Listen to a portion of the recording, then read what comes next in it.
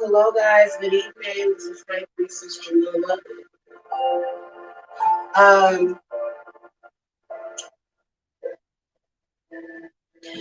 Wanted to come and speak about something. Welcome to the channel. I'm broadcasting from all three of my channels right now, is where Spirit led me to this evening or during this witching hour. I want to talk about sexual dysfunction, not just in the Black community, but in all communities. But since obviously I'm a Black woman that was raised by Black people, you know, I've had mainly experience with that. And I'm a 43-year-old woman who doesn't have any qualms or dysfunctions when it comes to sex. All right, let me pause that. So, why is it so difficult and it's not working for you to only focus on your money? Why is that? A lot of people, when they go through what they go through with the sexual dysfunction of people, period, of people. And I can tell you that for years, since I lost my virginity, I have been getting shamed for having sex. And I'm 43 years old now, and you can still see people doing that even in their older age. They will try to shame people for having sex. And I wanted to talk about where that came from, why those people are doing that, and why this sexual dysfunction is so devastating to your health, your love life, your everything. You know, there's a lot of people that have rape and incest in their family. These unfortunate events can cause a person to hate sex or to go out in the world and shame grown people for having sex. And we have been seeing that a lot in certain YouTube communities. And I wanted to speak on what is causing that. And I think it has a lot to do with, mind control. I think it has a lot to do with that. I think it has a lot to do with um, ignorance to that mind control and not understanding what is the bigger picture. So I feel that this energy has affected more Black African American people than anybody, to the point where, we are being shamed in every Black community, especially on YouTube, for having sex. It's shame, shame, shame on you. I'm going to try to make you feel bad. And I think that we are taught this from a very, very young age. For some reason, a lot of the people that you're seeing in their 40s and 50s and even in their 60s, they were taught that from a very, very young age. To the point where if you're a boy and you have a natural attraction for a girl, and and you meet the around the way girl, but the first response would be these men or these boys are sort of forced to believe that this woman is a hoe because she had sex with him. That's all that she had to do. She didn't have sex with multiple partners. She didn't have sex with his brother or his father or anybody else. She just had sex with him, but she's being labeled as a hoe. And this is something that has been trained and programmed. This, in my opinion, was for industry. This was to turn everybody into mind controlled slaves so that you can only function for the workforce. I remember years ago doing hair for an African woman, and she was telling me about her father, and she was telling me about how her father was very serious about her getting her education. And she was about 20 something years old. She was still in college, and he was teaching her to get her education and to never marry anybody, or to never be with anybody, and to never have a relationship, but just to get her education so that she could get a good job, so that she could work, which is important, right? But that's not balance. All of us came here, probably a vast majority of us came here looking for love. Let's admit to that. Let's admit that most of us came here looking for love. Well, all of us did. Because the first love that you was looking for was supposed to come from your mother. Babies and children cannot thrive without love from their mother. If the mother is, not stimulating the child, or not talking to the child, or not interacting with the child very early on, this can lead to failure to thrive in the child. So we all know how important love and affection is. But you've got people out here that you can tell by their conversation that they were taught at a very young age that sex is dirty. Sex is disgusting.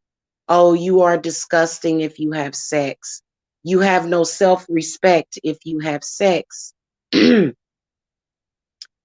Even when you're not out there just spreading it around to everybody, just having one partner still makes you a hoe. In the Black community, you can literally marry one person, be with one person your entire life, and they will still think of a way to call you a hoe. I'm just telling you the truth. And this is a huge issue, with me. I've been talking about this for years because not only am I a money goddess, but I'm a love and I'm a sex goddess. And I'm definitely qualified for it because I am a Cancer sun, and I don't have sex unless I love somebody. If I don't love you or care about you, I will not have sex with you. Now, there's people that I do love and care about that I would never have sex with. It just because that's not the relationship. It's not a sexual attraction. Okay. But if I have sex with anybody, trust and believe, I feel that I'm giving that person my soul. I feel the love for that person. I would not have sex with a person that I don't love and care about. Let's put it like that. It's just, that's typically the Cancers. That's the way that we are. This shaming for sexual activity is what needs to be exposed. The fact that people will actually try to shame you for having sex. And we're going to go deeper into this because I believe that this shaming tactic, because you got to think about it. I was watching a show on Netflix called Haunted, season 2, about this crazy cult. This is about a cult. And this cult was actually, they were totally full of crap. But you got to think that there are people that believe that being homosexual is a problem. And they believe that you need some kind of aversion therapy. But in reality, everything that they do to you causes sexual dysfunction, and they are shaming you.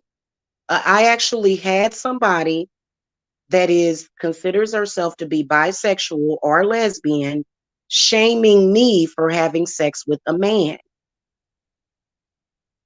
that's supposed to be her friend. She was shaming me for having sex with him, but yet she's a lesbian. Now, I'm not saying there's anything wrong with being a lesbian, but obviously a man and a woman is God's design. That was the original design, was it not? Not to say that there weren't people from the beginning of time that practiced homosexuality. But I think that we are experiencing a cold day in the hell realm when somebody feels comfortable with shaming somebody for being a part of God's design, or for having a preference, or being more comfortable in their natural element. I believe that a lot of the things that we were taught as children, a lot of the things that we heard from our mothers, a lot of the things that we heard from our fathers, I believe that a lot of those things shaped and molded who we are today. So if you are somebody that is struggling with your sexuality, you may want to, not saying that it's always their fault, because there's a lot of people, and there's nobody at fault. There's nothing wrong with you if you are gay or lesbian or bisexual. It's just what you want. That's who you are. That's who you are. But I have noticed that a lot of the things that are being done and said to us is meant to gear us and to manipulate our sexuality and our minds in another direction other than what is natural or normal. Okay, does that make sense? Because, listen, I have had experiences with a woman before. Does that mean that I'm a lesbian? No. But I also have had experiences with trauma and being traumatized within these relationships and doing something that feels natural to me, which is with a man, and being shamed for it and being told that I deserve to die because of it. What happened to these women that are spreading that garbage? I can tell you what happened to those women. They were shamed for having sex. Not only were they shamed for having sex with a man, but they were shamed by their family. They were shamed by the community. They were shamed by everybody. People have been screwing up people's sexuality for at least the past 30 or 40 years straight. They actually molded us to even go that way. Probably the only reason why you even thought about it or why you even went that route in life is because when you went the route to where it was girl meets boy, he was being told that you was just a hoe and you didn't care about him. And then you were being told that you was a hoe and that he didn't care about you. This in turn traumatized a lot of people into questioning their sexuality. That is still sexual abuse. I think that when you are having a conversation with your children about sex, I don't think that hoe or that nigga ain't shit or men ain't shit or all these men are dogs. I don't think that should come up in the conversation, because when you do that, you are programming your child to manifest all of the things into their lives that they don't want. And you're causing it to happen. These men out here are treating women like hoes. You know what that'll do? It'll make them act like hoes. You accuse somebody of doing it and they just might do it. I think that a lot of the things that we heard and saw growing up were very, very harmful to the psyche, to the brain, to the mind. And so this is what compels people to come out in social media and shame people for having sex. And there's people that are still doing it in their 40s because they're reliving their childhood. If you are a person that is comfortable in your sexuality, whatever it is, they have a problem with it. It's almost like you should be ashamed. Ashamed of what? Ashamed of what exactly? There's nothing to be ashamed of. It's natural. It's natural. And I'm not asserting any opinions over anybody that goes around sleeping around. That's not what we're talking about. That's a totally different thing. That within itself probably comes from sexual trauma. That within itself, I can honestly say that I've only been with one person in the past 8 years almost.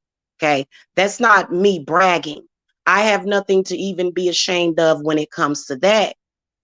Because some people, you're damned if you do and or you're damned if you don't. It don't matter which way you're going, whatever way you're going, there's going to be some kind of shame. I believe that this is lowering the frequency. This is a generational hex. This is a womb hex. When I try to explain this to people, people seem to not get it. Look at what we do to baby boys when they're born. Within hours, they are cutting off parts of their private areas.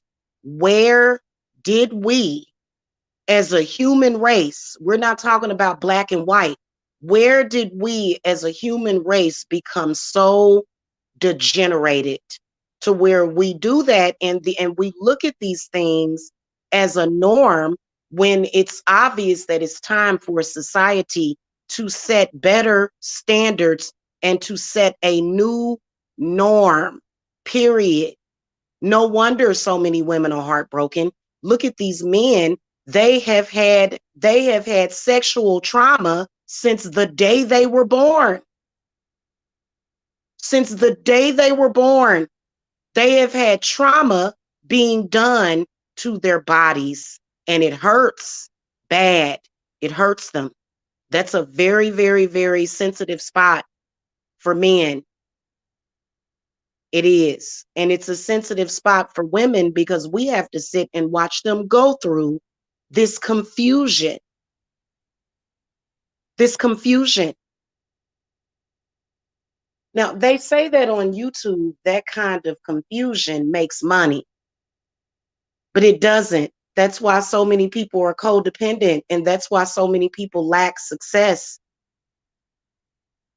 That's a part of where your connection comes from with everybody, is from your sacral chakra. Doesn't mean that you go around sleeping with everybody, but if you're not healthy down there in that area, you're going to have some problems. You're going to have a lot of problems.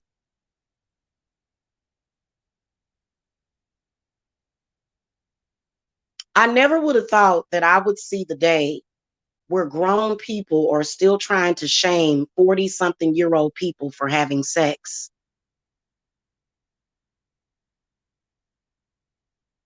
And then you see it all the time. For some reason, this is big business on YouTube. People want to display this dysfunction instead of breaking the cycle, settling your differences. People are out there making money off of this dysfunction.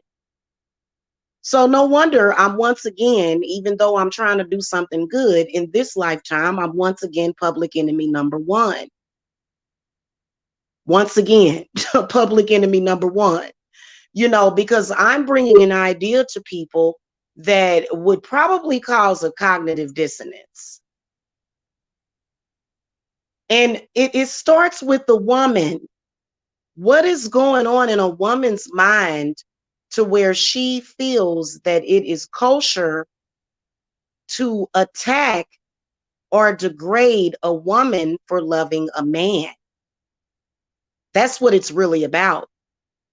The sexuality has been all twisted. On a broader scale, we're seeing and living in the nightmare of the after effects of this. And see, this is one of the reasons why I remove generational hexes from people, because it's a bondage.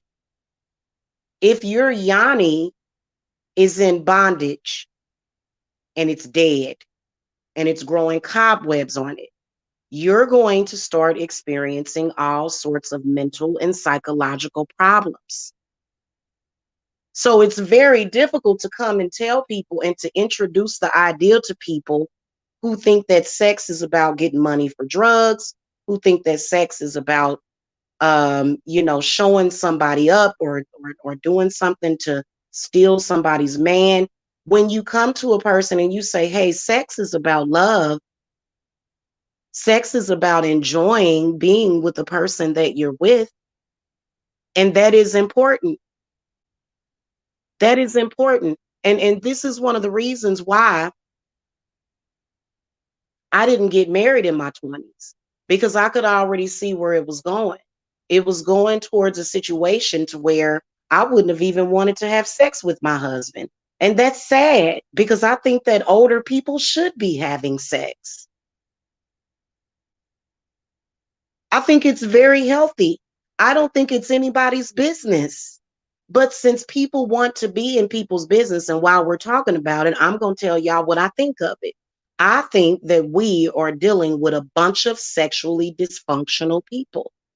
And if it's not about pain and trauma and degradation, they don't know what it is. They don't know how to recognize even when somebody really loves them. And then we don't even know how to recognize when we love somebody. We'll be so ashamed of loving somebody that we'll deny it altogether. And I found myself doing that above 40, lying about how I feel, knowing that I didn't feel that way. But just being ashamed of caring about somebody. And this is something that I believe is in those people's lives.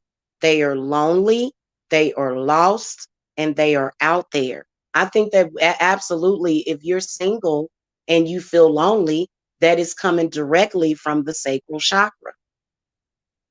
That those feelings of loneliness and isolation, it comes straight from the sacral. Look it up.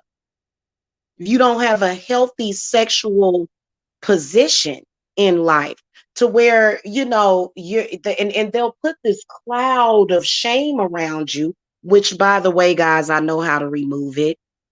Many of y'all that are in your 20s and 30s, they are going to try to use sex to ruin your life, and not in the ways that you think. Not in the ways that you think. If they find out you having sex with a man, trust me, they are going to have an opinion of it. Even though sex is supposed to be healing. All of us have problems. All of us have traumas and pains from our childhood. All of us do. But when a man and a woman comes together, that is a healing energy that happens. That's why the universe is going to make it happen, because we are the ones that are affecting each other. All of us are affecting each other. And yes, I do believe on some level that when men and women come together, they can actually heal themselves. A person doesn't have to be 100% perfect. That's not what love is about. Love is about loving an imperfect person perfectly. That's what love is. Love is not about somebody doing everything right, because people are going to make mistakes. Again, I believe that psychologically, because, okay, I have 4 children and a grandbaby. Okay. I'm so proud of that too. And so when my children were younger, I didn't spank them for spilling milk. I didn't spank them for breaking a glass, because that's a mistake. A lot of people growing up were being punished for making an honest mistake. And I believe that this has carried forward. None of your sexual partners are a mistake unless they gave you some kind of horrible disease that's going to last you the rest of your life. Otherwise, none of your sexual partners have been a mistake. I have in 2021. I feel so good. I think that this was the moment that I have been waiting for, because I have came to peace with everybody. Even the father of my children, I have came to a place of peace with that situation. Because, and the children are grown now. They're grown and out on their own. My daughters are grown and out on their own, taking care of themselves already. I was actually quite shocked, but I'm proud of them, you know. And so I think that that within itself was because I didn't raise my children like that. For example, my daughter had my grandbaby at sort of at a young age. I never once did I shame her or degrade her. Okay. And a lot of people probably wouldn't agree with me on that, but that's your problem. This is my child. You don't tell me what to do with my child. Okay. I would never put that kind of curses over my family. When I found out that my daughter was pregnant with my grandbaby, that baby was more than loved and more than welcomed into this world. Now, there are some people that don't make that decision. I'm not judging you. I'm saying for me, I was shamed for that. I was shamed for bringing that soul into this world that wanted to be born. They tried to shame me for that. It's shame, shame, shame on everything. And the sad part about it is that we have to watch our youngsters, that are having children, because we cannot tell them that their lives are ruined, because it's not. It's not. See, that's where you got to have the divine mother come into place, and she'll be the one that's there for you. Okay. I actually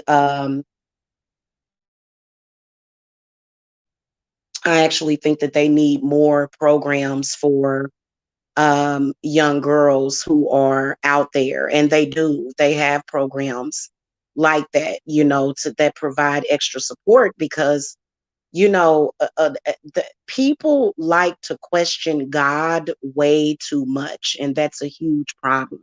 That energy is so toxic. The way that we treat people, and where did this come from? This came from an institution of death. It came from an institution, a group of people that want to destroy this earth and everybody on it. Anything that you do, even remotely human, is frowned upon. What is in control of these people? What kind of entity controls these people that are shut off, these people that are numb. They're just numb. And see, this is one of the reasons why I don't believe in gossip. People talk too much. Actually, I didn't even really want anybody to know that my child was pregnant at the time that she was pregnant, because it wasn't anybody's business, to be honest with you. But, and, there was people gossiping and talking about it because people are disgusting. I protected my child and my grandchild and still do. Because in 20 years from now, when my grandbaby is 20 years old and my daughter is 40 or damn near, or in her 30s, what are you going to do? You're going to still be shaming her?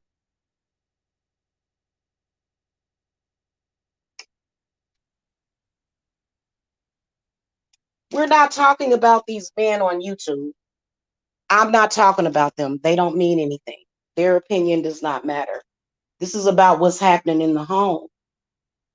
This is about how we are relating to our family members and our children. This has nothing to do with anybody with an ignorant opinion. I personally think that men should not speak on women's issues. Why? Because they're not women, especially something like that. We have had a long history in society of men being allowed to judge women, and honey, it just ain't gonna work that way. They need to judge themselves, because those girls and women would not get pregnant if they were not having sex with them. So this is one of the biggest things. This is one of the reasons why Jamila is public enemy number one, because I speak the truth. And I don't just speak what somebody wants to hear to satisfy their evil, sinister need to judge and to be judgmental of others and judgmental of women. So, I am one of those people that I love unconditional. And especially, that's not even considered unconditional love, because, I can tell you that and I'm going to tell you, Tupac prophesized all of this. Tupac did, believe it or not. He said that we are raising a race of men that hate the ladies that make the babies. And that's the truth, because that actually did happen, mainly on YouTube, but it carried out into real life because, these people were all over women and girls, just acting like predators. Well, guess what? Guess who taught them how to act like that? Guess where they got their learnings and their teachers from? Either they mamas, they uncles, you know, grandfathers, people in the family with this ignorant tradition. And it's been a very long, it's been happening for years. It's all about shame, shame, shame. And I believe that this shame hurts everybody, because I believe that the spirit of God is absolutely nature.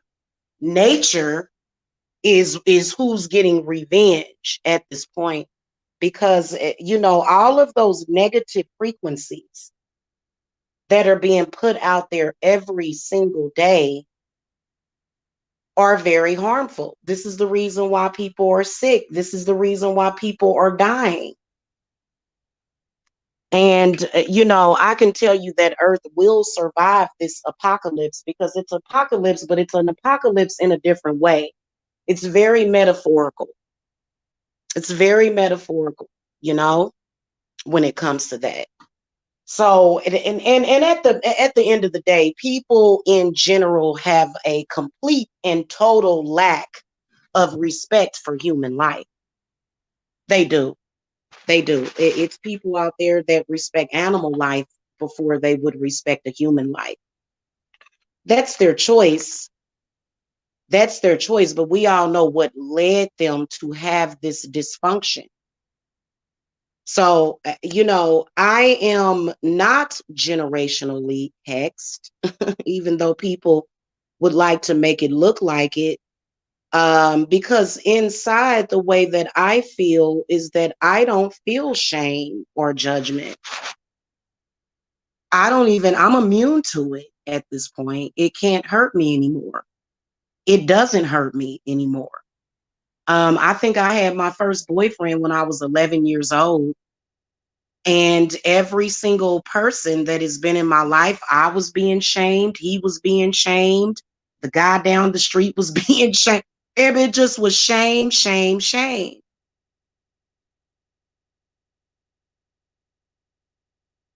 And what is it all for? What does it mean? It means that you have a dysfunction in your family. And a lot of these boys and men grew up with a sexual dysfunction. They were totally taught these values from their family that they need to let go of. I have said we need to set new traditions. This is one of the reasons why we can't have some of the things that we have had, especially the past 4 years. Okay. There are some people that make a choice and a decision that they are not going to have sex for some reason. Maybe it's because they're dealing with sexual dysfunction, or maybe they're trying to heal from something. I know that I was celibate for 8 years before I got pregnant with Jacob. And in those 8 years, I thought I was healing, but then I didn't realize that there was more healing that needed to be done. Many of y'all have had 20, 30, or sometimes even 40 years of shame. And instead of you doing what naturally regulates your body, what naturally keeps your body youthful, what naturally keeps you radiant, people are popping pills. Okay, it would probably be no one that would have any need for blood pressure medicine if they were having a healthy sex life. Because all of that from the root, in between that root and that sacral area, this is where the energy is being pushed up to the rest of the body. Okay, because we know the Kundalini is down by the root chakra. Okay, and that is important. Otherwise, not only will you start to develop tumors and cysts and stuff, but then you'll also start to develop heart problems. That's where a majority of it is coming from. Why they continue to push celibacy, I already told you that it's so that that demon can feed off of you. It's not giving you a choice. It's forcing this on a lot of us to the point where we are ashamed to have sex with the person that we love. We're ashamed of it.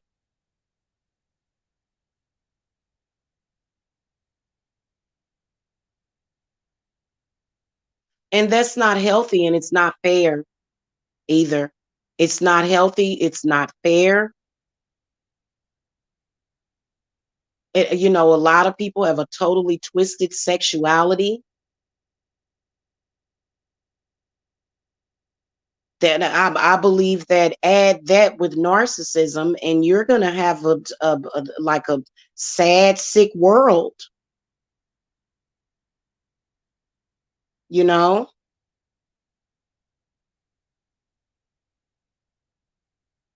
And why is that the first place that people go? Why is it that? Because people don't have respect. They don't have respect to not go for your sacral area. People don't. They don't feel that that area is sacred, which it is. That area, when it comes to sex, when it comes to, and I've overshared on here before, but if I could go back and do it over, I wish that I wouldn't, because I realized how special that is, and how it's always been special, and how it is an insult to to to God to do things like that, because that was God's design. No matter how disgusting you think it is, No matter how disgusting you think sex is between two human beings, that is still how God designed it. And there are a lot of people that think that sex between a man and a woman is disgusting. This is the way they have been programmed and trained. And they are looking for ways to get in there because that energy is very sacred. If you are a person that feels good about yourself sexually, if you feel good about yourself sexually, they want a piece of that. But many of them don't want to feed off of it. They just want to be parasitic. You have to stay in your mind. You have to be proud of who you are sexually, no matter what that is. Shaming people does nothing. You can't shame people for having sex. We've got to stop doing that. We have to be more mature than that. But there's so many people that they do act like children. They do. My grandmother left this earth. Oh my goodness. It had to have been upwards to 15 years ago.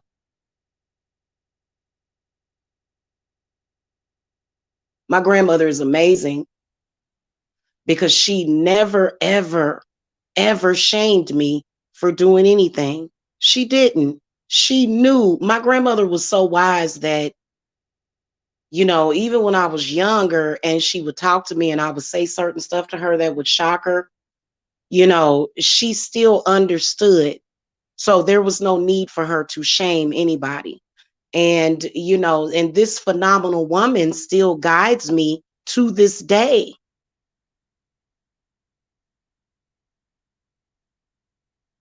And then there is the thing, the whole setup with society where you're supposed to be ashamed for having sex outside of marriage. When that's man-made, marriages are man-made. That's not something that God said that was a number one rule, except for in that Bible.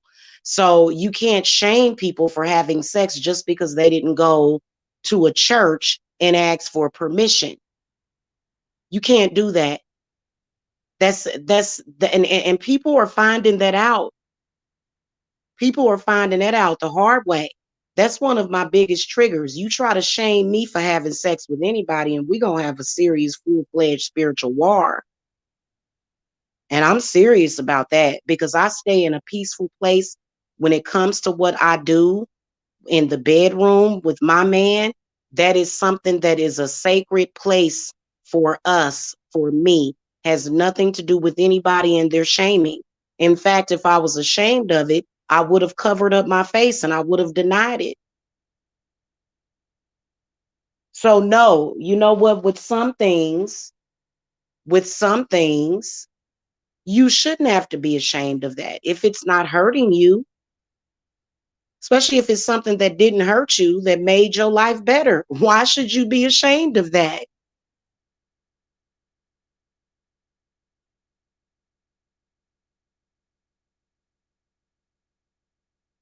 And at no point, and I believe, because I remember when I got my dog. When I got my dog in, I believe it was in 2018 when I got Zelda. It was such an amazing day. She was a little mangy thing, had been mistreated where she was at. But she was such a good dog. She was such a sweetheart. And it was so much healing energy. And that healing energy got ruined by somebody that I've never spoken to again. Because when you have done something to heal a situation and you have some evil, diabolical, sadistic person that wants to come back, that wants to come back and try to flip all that stuff around, I have a serious problem with you.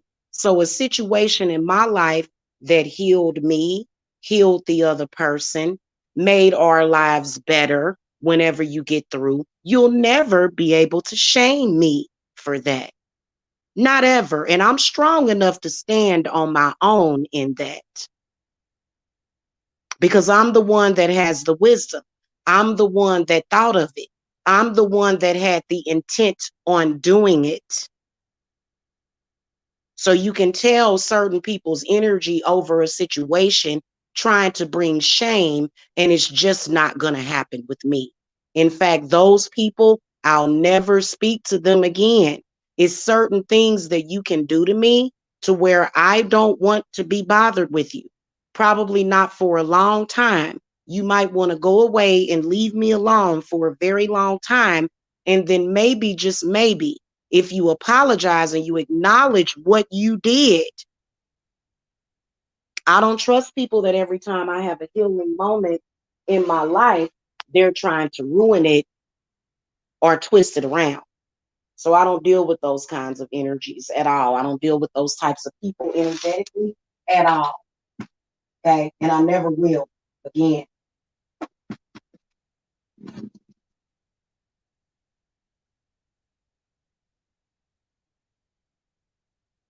And I notice that people still bring this person's name up. Or that's because they don't really actually know how I feel about that person. It's not that I hate the person. It's not that I'm angry at the person. It's just that I don't want anything to do with them because of what they did. You know, talk bad about my dog, said that she was a mangy mutt, and I hung up on that person and never spoke to that person again. Bye. Bye. I don't want to talk to you. How dare you? Because I can be so good to a person. Hello, Taylor Made. I can be so good to a person that some stuff that you do, I can't deal with it. I can't deal with it. And at that time, I was going through um, being stalked and, you know, feeling like I needed that dog for protection. And I did. And she brought a lot of joy into my life. I love that dog immensely. She had beautiful puppies. Okay. She had beautiful puppies. Um, so can curses, oh yeah, curses can be put on apartment buildings. Absolutely. Absolutely. Yeah, you can curse a place, you can curse a person, you can curse a thing. Mm-hmm. Yes, landlords can put curses on tenants. Absolutely. Simply Martin. Yeah, they can. Um, I've noticed people who engage multiple sexual partners are some of the loneliest people. They transfer parts of the soul during sex, leaving scattered soul fragments. Yeah, that's true, Carrie. They do. They do. I've never been into the multiple partner thing, so you know, but yeah, I can imagine that they do. And not only are they lonely, but they are it's very difficult for them to gain satisfaction, and that's because at some point it's been some kind of sexual dysfunction that has happened, probably some kind of trauma that has happened, which can also be generationally. But can I just tell y'all something? The language and the lingo that they used was enough to traumatize us. We didn't have to be molested. Nobody had to be molested. The things that they were saying to us out of their bitterness was enough within itself. That's why I do not, and I will not ever allow anybody to choose my partner for me. I don't care if you approve of them. I don't care if you like them. I like them, and that's all that matters. Okay.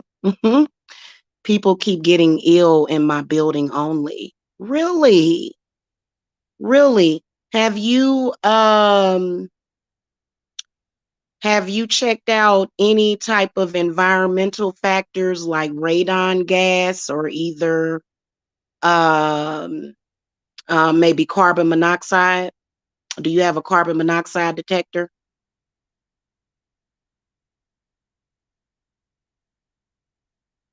Because it could be an environmental factor.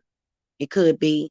But it could be that something may have happened in that building too. Something tragic.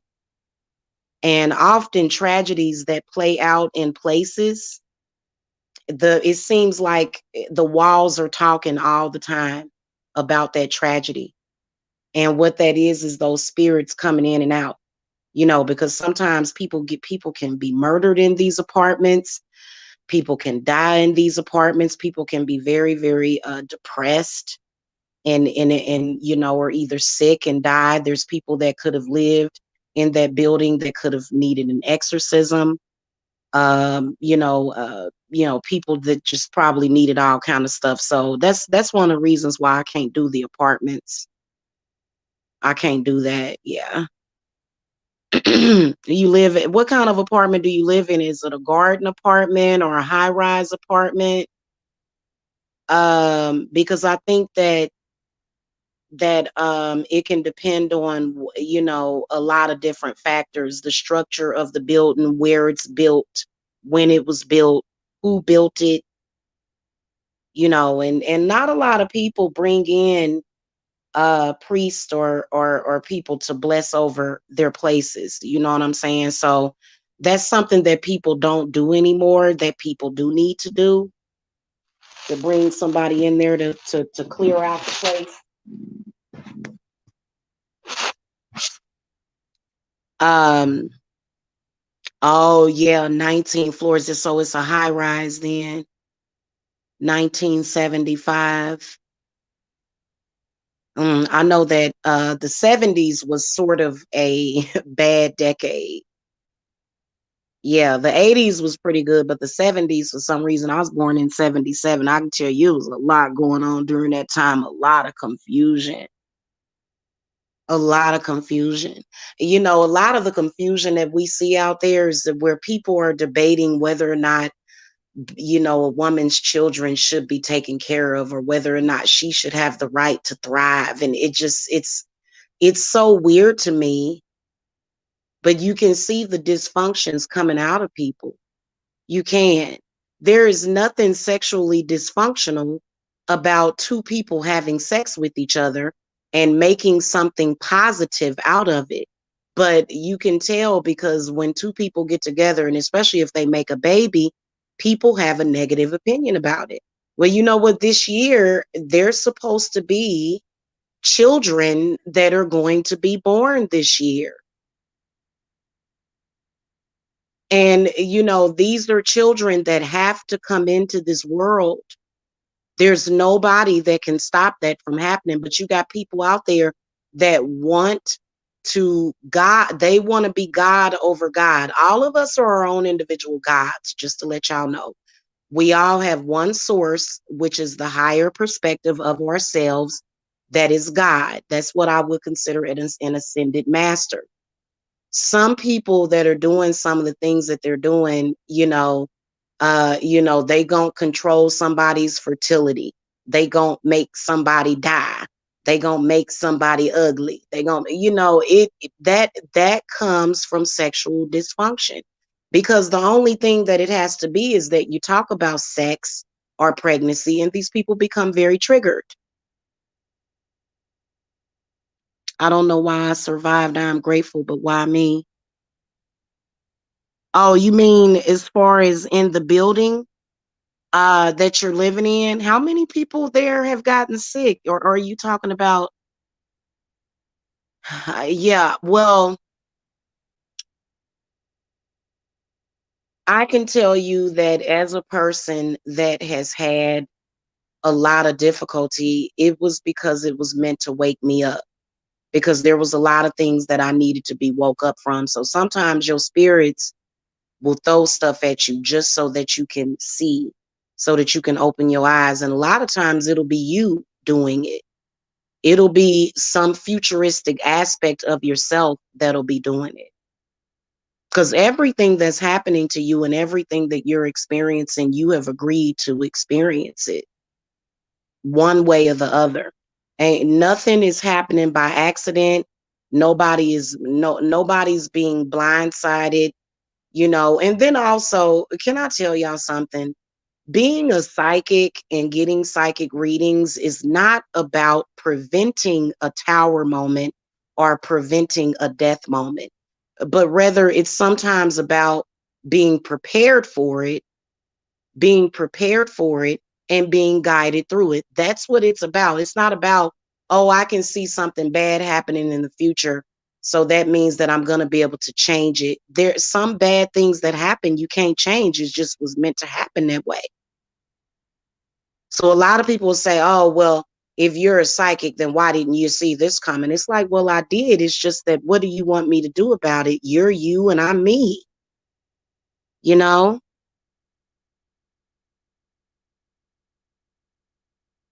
When one partner engages with multiple partners on the DL and still engages sexual transference with the committed subjects, the committed part to energy loss and soul fragmentation as well.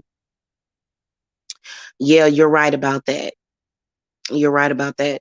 I have an instinct to where, and I think, and you know what, in a world where you have men, it's gotten so bad to the point where none of us are living as we actually should be because, there's like a certain percentage of the population that has been experimented on, that is in slavery, either dead in jail or either doing something else. So it naturally imbalances the world. And so then you got these other men that are really not equipped to be sexual partners, let alone they not even equipped to have a conversation, let alone to be a sexual partner of yours. And they're able to take advantage of the situation. And so they think, oh well, I'm saving all of these women because there's 7 women to every man. But and it just, yeah, it's, to me, it's nothing but another way to neglect a relationship. If you're a man having sex with several women, there's no way that you're satisfying all of those women. Those women are merely with you until they find somebody that they can have to themselves. Oh, yeah, yeah. Well, they're starting to get deeper now. They seeing all this death and destruction around them. They gonna have to. They trying to act like times have not changed, and they're trying to act like it's not time for that change to happen, but it is. And a lot of people need to be healthier sexually. They need to be healthier sexually, no matter what your sexuality is. You should, for example, you shouldn't be coming back out the woodworks trying to shame your ex-partners, or stalking them or doing crazy stuff. That's one example of it. That's one example of it. I'm going to make myself a part of a negativity in your life. And it just doesn't make any sense for anybody to be thinking that way or even talking that way, because I don't look at sex that way. I don't look at it that way. I look at it from a God's from God's perspective. Okay. And even in the Bible, it says be fruitful and multiply. Even in the Bible, it says that. So, and so many people, what we're dealing with right now is a depopulation agenda on a global scale. We are dealing with that. And so these demons have been running rampant throughout everywhere, literally, controlling people's minds, because that shame was the actual mind control. If somebody could shame you for something, they could control you. Well, I'm sorry, I still feel just as good and deserving as ever, even though I'm being shamed for having sex with somebody. And they can shame, but that shame ain't nothing but it's what shame is for something like that. It's called, I hate myself as a human. There are many people that hate their human selves. They wish that they didn't have all of those human qualities. I've actually heard people say that they wanted to close their heart chakra. How do how how do you do that? If your heart chakra is closed, you'll die. You can't live life with a closed heart chakra. No, and a lot of people that have been hurt, They are trying to do that, but eventually at some point, your heart is either going to give out or it's either going to heal itself. And I think that it's the choice is going to be yours. Okay, because most of the time people that are trying to shame you is because they come from a hurt place. And then especially for some reason, when people get in their 40s, they start getting real negative and pessimistic, and I feel sorry for a lot of these kids because God, if we had problems with love, look at the future for our kids. That's what I'm concerned about. That's what I'm concerned about. Seriously. And it is difficult being on YouTube because everybody on YouTube they don't care. They rather come on here and be fake. Well, that's not how I became a success by being fake. I became a success by being transparent and speaking the truth. So this is the truth. Many people are sexually dysfunctional. And when you see women out in social media shaming women for certain things, it's because they probably grew up with a mother or either a grandmother that, as soon as they started looking at boys, it was all she done started smelling her ass. And I'm like, what does that even mean? What? Oh, she fat. Oh, ain't none of these men out here no good. They all ain't no good. And he gonna beat you. He gonna cheat on you. He gonna steal from you. And he gonna ruin your life. That's before you even said that this is before you even meet anybody. So why are if everybody is being programmed in this negative way, then what is going to happen to the future generation? Because I think that you're totally wrong. For example, I didn't really start talking about my daughter's father until they got older. Otherwise, when I raised them, I did not talk about him a lot. And when I did talk about him, I didn't even talk about him negatively. I had only recently started doing that because, and so you can tell the effects that you have over them. And, my oldest daughter is 18 years old. She's a grown woman, you know. Yeah, we were. And I believe that we all have people that we're just meant to be with. It just, even though you may try to fight it, you may try to deny it, it's meant to be.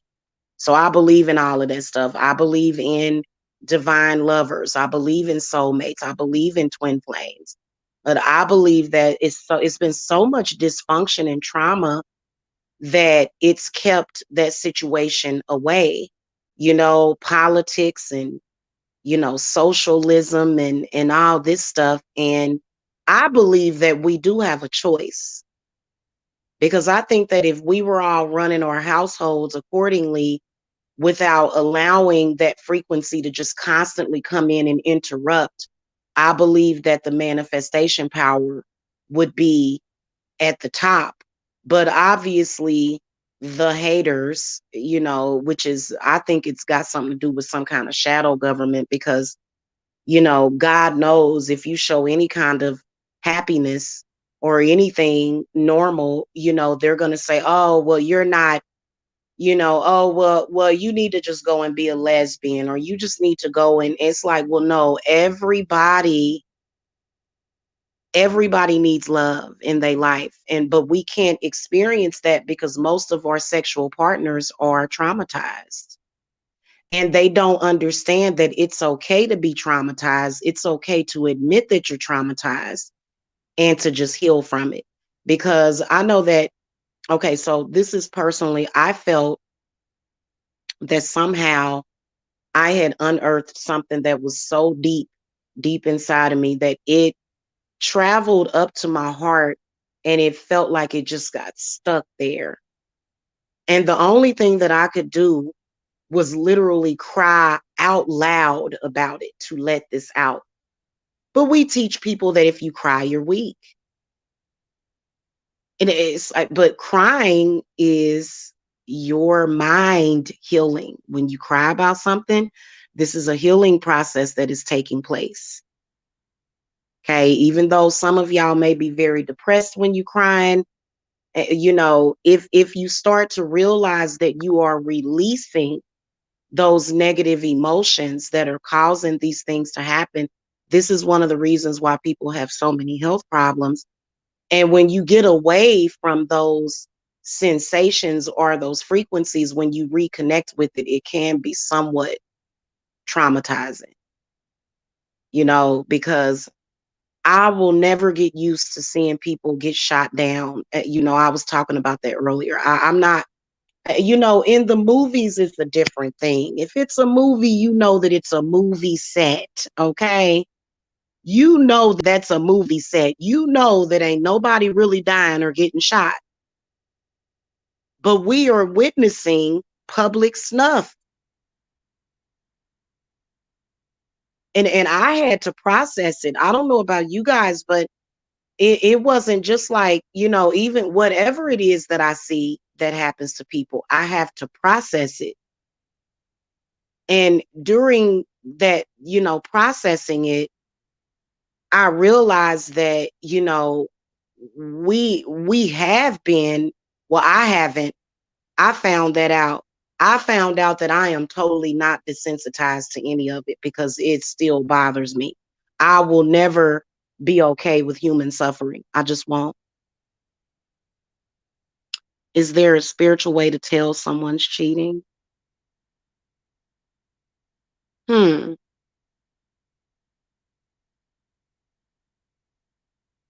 Well, you know, I'm guessing that it would be something that would possibly be in your intuition, something that might be in your intuition. You may intuitively pick up on it. It may be how those two people act when they are around each other. It could be that, you know. But I think that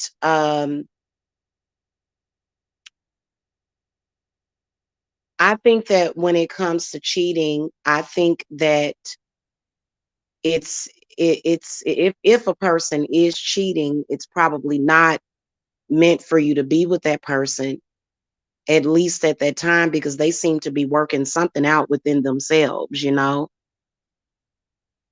So I don't know, like, I guess you could find out in the cards, you know, but I think that it would have to be your intuition that would tell you more than anything if somebody is cheating, if somebody wants somebody else.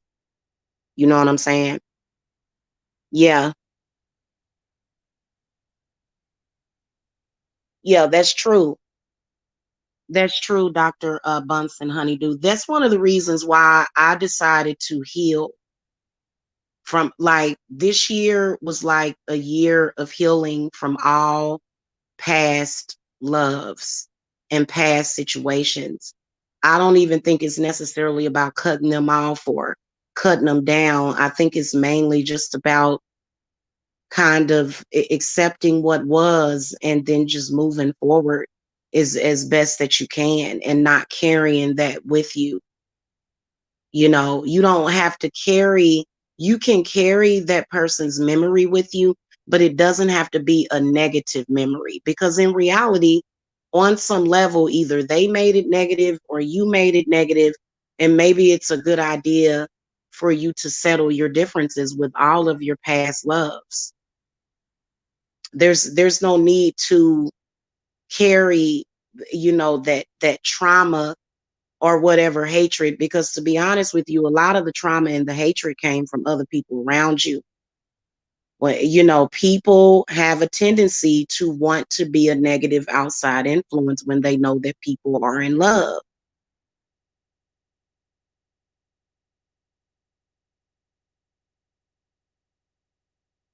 They do. They want to spoil it. They want to make you feel bad. They want to tell you reasons why you shouldn't be in love with that person, but it just, love is love, and it is what it is, you know. And because nobody is perfect, nobody necessarily has You can make it as good as possible. You can make it better, but nothing is ever 100% perfect all the time, And so yeah, they if your intuition keeps telling you something is off, then it's off. I feel you. If you feel it in your gut, then it's most likely right.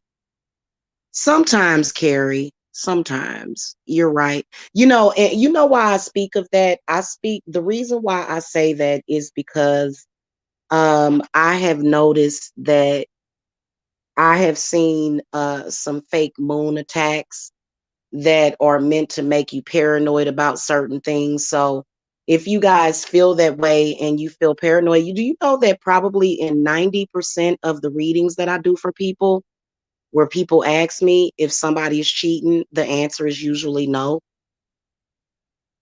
It's usually no.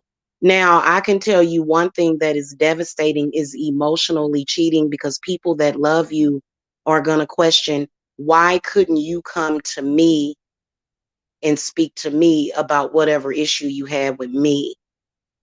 So that's a huge problem. I think that people that are privy are people that allow that kind of emotional cheating, and they don't say anything. That means that something has happened within the communication. My ex used to love pictures of blood and bleeding cartoons I later found on his Pinterest. I feel bad for thinking he was a good soul. Well, maybe he is a good soul. Maybe he just likes pictures of blood and bleeding cartoons. Did you find out why? What happened to him? Did you find out like he was some kind of murderer or something? He was a serial killer? The way I discern if intuition is right, I'll ask myself, is this true? If it goes away, then it was false. If it continues returning at random, it's most likely true for me at least. Oh, okay.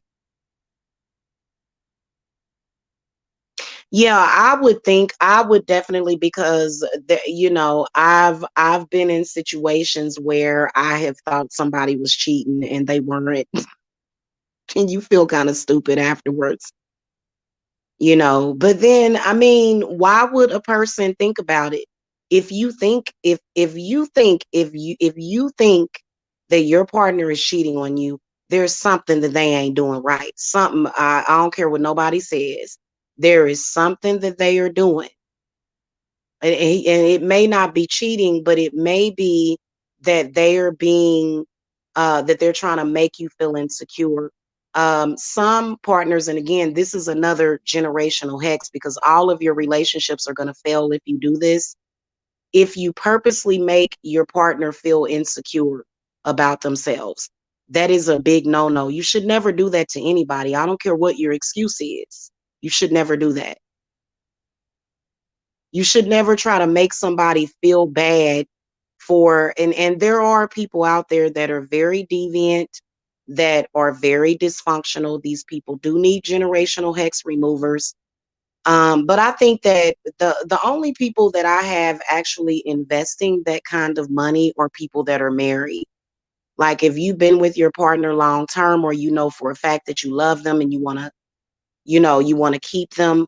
I've had people come in and pay for gen hex removers for both them and their husband, and they're still together to this day, because sometimes the generational hex can be just this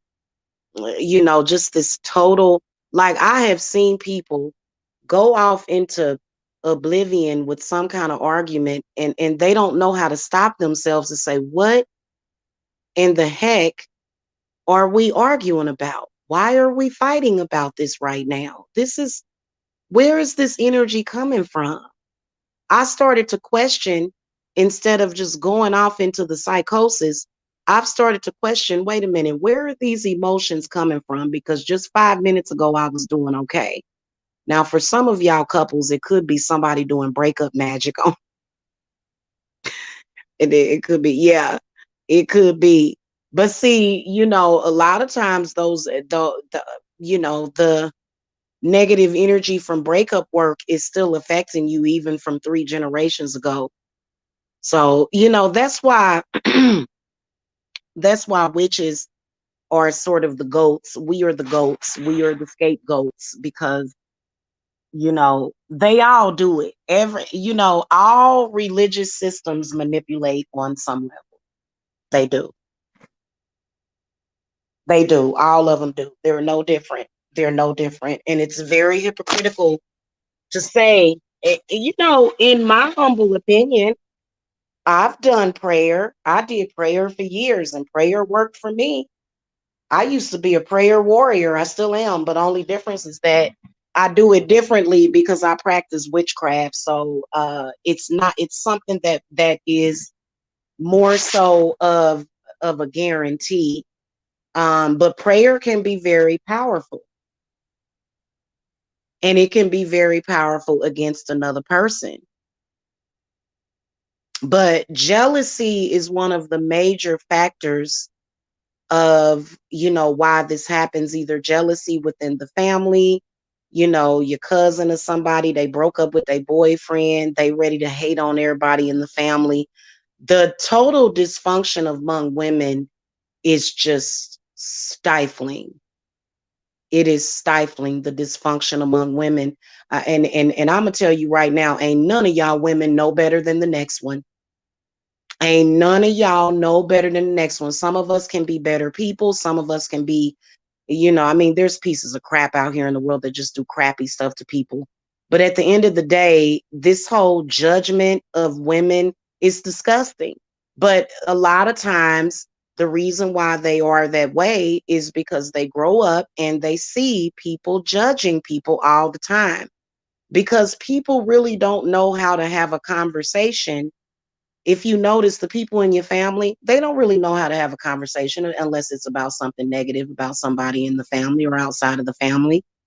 And then you even see it get worse because in order for them to continue to carry out the gossip and the shame and the lies and the degradation, now they all got to be drunk. They got to have something to disconnect them totally or either give them their juice so that they can do this evil stuff to each other. But, I think people are finding out. Am I right or am I wrong? People today are finding out how karma works when that negative karma comes back to them. And they should learn a lesson because, thinking on the many, many hours of working on certain situations, even publicly that I've spoken about, even just recently, hours and hours of it, they still sort of have to, because that negative gen is in them and it drives them. But I'm going to tell you that, attacking God's children, it does lead to some kind of negative karmic backlash. This is why I'm very careful not to judge anybody. I am, because if it ain't my business, it ain't my business. We've had a lot of that, people thinking that they can judge somebody and tell them what to do. Well, I've explained to those people that's another generational hex. If you spend every waking day of your life trying to control somebody else, where's your life? You know what I'm saying? You're cheating yourself. How do the monogamists make it work? How do swingers do it? Um, Dr. Brunson, honeydew, you're going to have to be a little bit more specific about what you're asking. Oh, thank you, Simply Martin. I look forward to that. I look forward to that. I think that we would have experienced love on a more positive scale if we were not having to take love advice from very bitter people. I don't believe in taking love advice from people that are bitter. In fact, I don't take I don't take any, listen, it's no disrespect to my elders. It's no disrespect at all. It isn't. But it wasn't meant for them to be all up in our business like that. It wasn't, especially when we're in our 30s and 40s. At some point, you're going to have to learn to navigate your own way, and not allow that energy to continuously affect you over and over again, because at the end of the day, you were supposed to leave your family and go off and start your own. You were not supposed to just stay underneath that situation forever, especially if it was a very dysfunctional family. There are a lot of people that were raised by narcissists, and they don't want their children being raised in that environment. I watch a lot of this is what people don't do. And I don't know if you guys do this, but I've tripped on this. I trip on this all the time, because I didn't really experience narcissism growing up like that. I didn't. My parents were in love when I was a kid. And so I didn't really see that. I didn't see that until my parents divorced, and it was a really nasty divorce. It was really bad. And there's a lot of people, they don't want to continuously talk about what happened 20 years ago. There's a lot of people that don't want to stay caught up in that. They didn't agree with it. They want to raise their children in a more positive environment, and there is nothing wrong with that. A lot of people will say, oh, well, we got Uncle Roscoe, and Uncle Roscoe get drunk and cuss everybody out, and we love Uncle Roscoe. It's like, well, that's okay too. You know what I'm saying? But, you know, it just at some point, you want to have some kind of peace and quiet. Because I know that the other day I was sitting here and I was like, oh God, I had to turn off all of my frequencies, all of my movies, all of my music, and I just needed quiet. And trust me, it was very quiet, just like it's quiet now, because both of my boys are asleep. Monogamous people who love cheaters do it. Heartbroken people can experience PTSD from being cheated on. It's pain, but it can be growth if you learn from it.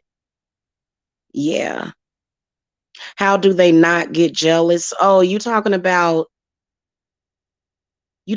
swingers?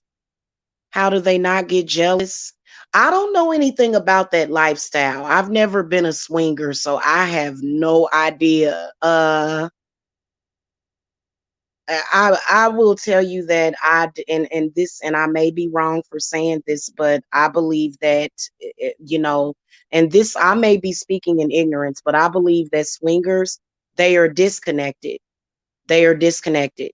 That's how they don't get jealous, is that they just disconnect completely from themselves, is what they do. Because I think that it's normal to get jealous if somebody is cheating. It's not because you're jealous because that person is prettier than you or whatever. It's just the point. It's not even jealousy. It hurts when somebody wants to be with somebody else and not you. Even for 5 minutes, that's a heartbreaking thing. And see, I am more of the monogamous prototype, so I can stay with the same person like all day, every day, like, and not get bored. Probably because I'm constantly creating things to do and to talk about, and I'm not doing it because I'm trying to just like say, oh, well, I got to keep this person busy and occupied. No, it's a natural thing for me to, constantly keep a person interested in me. And so I do think that if a person that is monogamous gets with a cheater, I think that the cheater is either gonna have to change their cheating ways, or it's probably not gonna ever work. Yeah, it is dangerous, because I could never imagine that, and I'm not gonna ever turn 40 or 50 and decide to go that route. You know what I'm saying? So no, I just, yeah, that would make me feel extremely uncomfortable, because I'm used to being with just one person at a time. Yeah. Yeah, disconnected pleasure seekers. Yeah. And half the time they not enjoying themselves, guys. There's no pleasure in that. There's no pleasure in that. I'm just telling you, and then some of them possibly are under some kind of demonic possession at the time, because they are very ashamed of the things that they do. which is why they go out and they shame others for what they do. And, even people that don't deserve to be shamed, they're shamed because they're not dealing with the same sexual dysfunction that they are dealing with. Because I think that that is a sign of sexual dysfunction. That's not, a lot of people will think, oh, well, I'm living life, I'm living it up. Sure, you are. Sure, you are. But then you go home and you cry yourself into sleep every night. So you're actually not living it up. And that's when you start to lie to yourself and you're in denial, because nobody wants to be all out there. Nobody really actually wants that. And I can tell people are so they're they have such a skewed view of the world that they don't even want to say what they want. They don't, and what they want is, they do want somebody that's faithful to them, and they want somebody that thinks of them as special. That's what they want. Okay, they don't feel like they can get it. Maybe they don't feel that they are deserving of it, but I think that that's what those people really want. And see, but Dr. Brunson, now wait a minute now, because I'm into whips and chains sometimes. I'm into whips and chains and handcuffs sometimes. That's not just a thing that swingers do. That's something that people might do if they feel like being kinky. So that that you don't have to just be into that if you a swinger. Seriously. Um, yeah.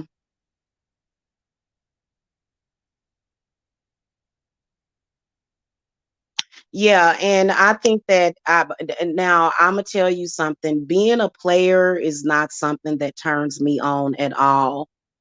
It really isn't. And it just, I can't get used to it. I like for my men to be innocent.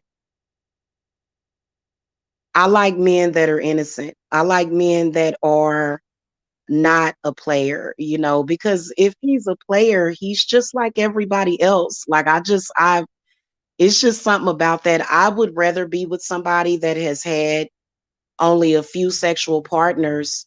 Having having a lot of sexual partners doesn't mean that you're better in bed. I don't know why people believe that, because first of all, that's a lie anyway, because just because somebody's good in bed to somebody else doesn't mean they're going to be good to another person. Like, I feel like it's the two people that make the connection and create the energy with each other. Just because somebody's good in bed to you doesn't mean they're going to be good in bed to somebody else. So I believe in monogamy. I believe in two souls merging together and mating for life. Maybe because I don't know, maybe I was that's just how I feel about that. Yeah.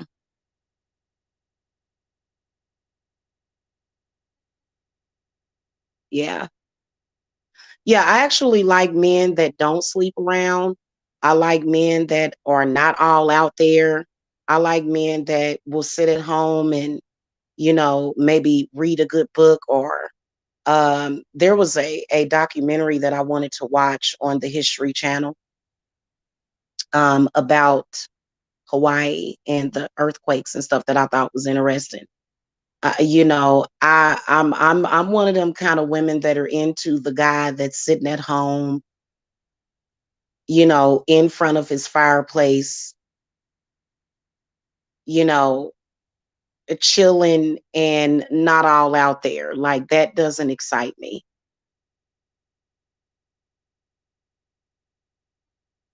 Hmm. Oh yeah, exactly, Dr. Brunson. That's what I want. You know, and I don't think that it has to be discussed. Yes, I'm a Cancer. High Priestess tarot reading. Clingy people says cheating gives them freedom.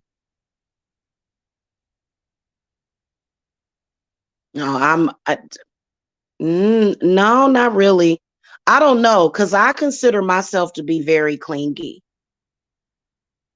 I am. I do want my alone time, but I can be very clingy. If I like you, I'm gonna want to be up underneath you all the time. If I love you, I'm gonna want to be up underneath you all the time.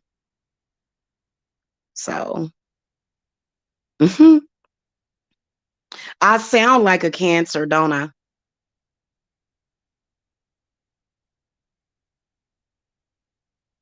Uh, well, that's revenge cheating. I've never had that happen to me because I have never cheated on any of my partners. Not ever. I ain't never cheated. So I don't know nothing about that. That's got to be some crazy stuff right there.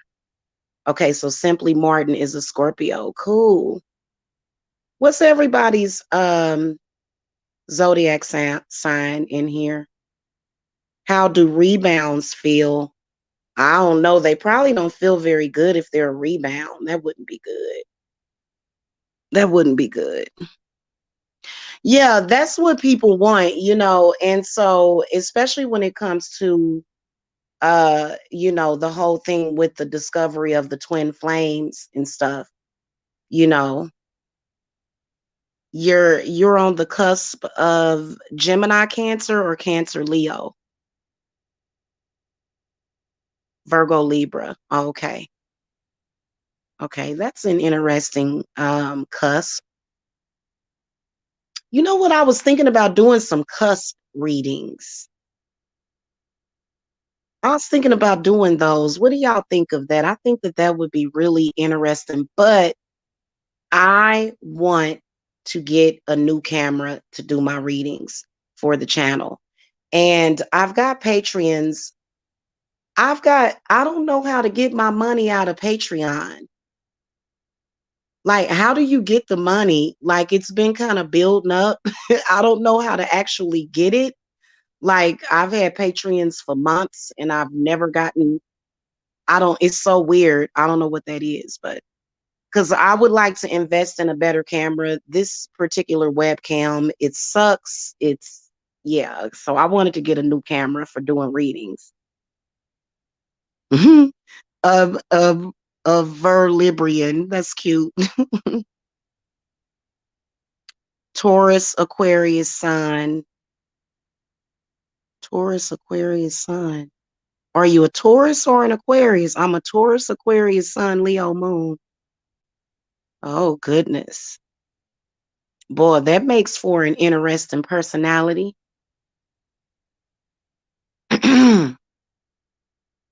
Yeah, I don't participate in cheating in any perspective.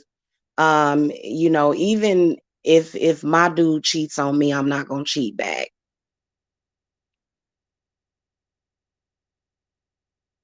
Ask me why. It's because I don't do things fake. For you to cheat back would mean that you're just trying to get back at somebody, but you don't actually want to sleep with the person and I don't sleep with people that I don't want to actually be with. I don't do that. And yeah, hide your children. Mhm. Yeah, we don't. Cancers are very, very protective over their children. Carrie is a Virgo. Oh, I like my Virgos. I like my Virgos. So I think that it's perfectly okay. Now, do I think that people should be shamed for cheating? Yeah. Yeah, I think people should be shamed for cheating. I do. For whatever your excuse is for doing it. Now, I do believe in shaming for that. But I think that people should get over it and move on. Get over it and move forward, you know? I don't think that we have to sit around for, 20 or 30 years. People hold on to stuff for so long. Do you notice that? I noticed that the earth signs and the air signs seem to hold on to things for so long. Am I correct about that?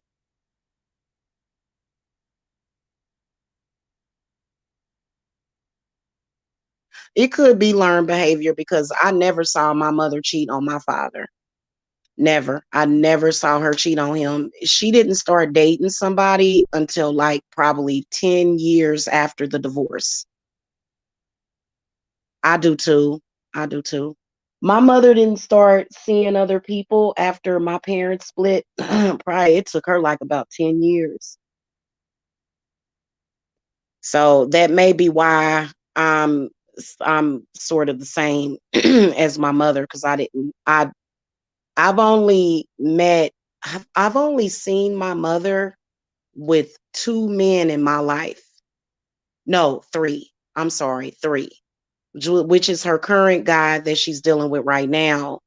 And then another guy that was very brief, but that's it. My father and one of the guys, it was a short term thing, but then her current, the one that she's with now, has been around for years. So I haven't, and I didn't see my grandmother with a lot of different men. So that's probably why I'm that way.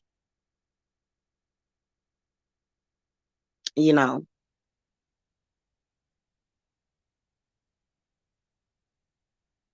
you started your divorce in January of last year and met your twin flame. Yeah, that's happening a lot. That's happening a lot. That's one of the reasons why I didn't get married because I knew my twin was out there somewhere. So I was like, I don't need it to be more complicated. Oh, well, that must be nice. That must be nice. I should have did some readings tonight. I should have did some readings. I had to get that ritual done. It was beautiful though. I don't know if y'all saw the video. It was a really, really good ritual. It wore me out though. Good grief. After I did that ritual, I was done. That's how I know when the ritual is good. Especially I did it on a completely empty stomach. My stomach was completely empty and I kind of felt like, blood sugar drop and I was like, "Ooh, let me eat something." So I got something to eat and I was able to go to sleep and then I felt better. So, yeah.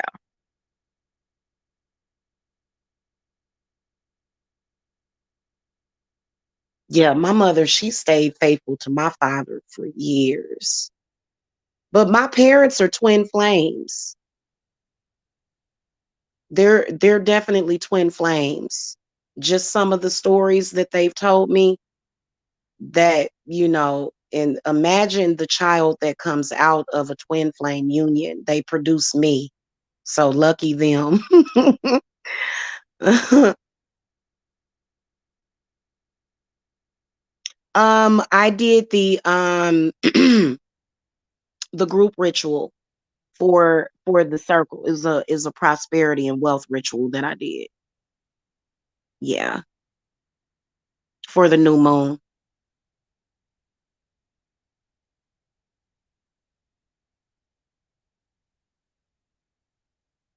I'm a hybrid.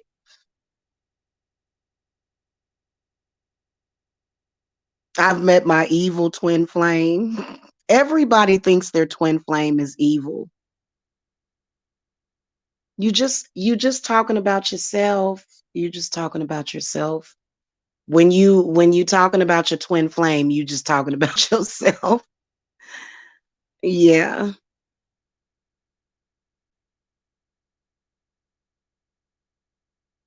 You can't shake her. Mm.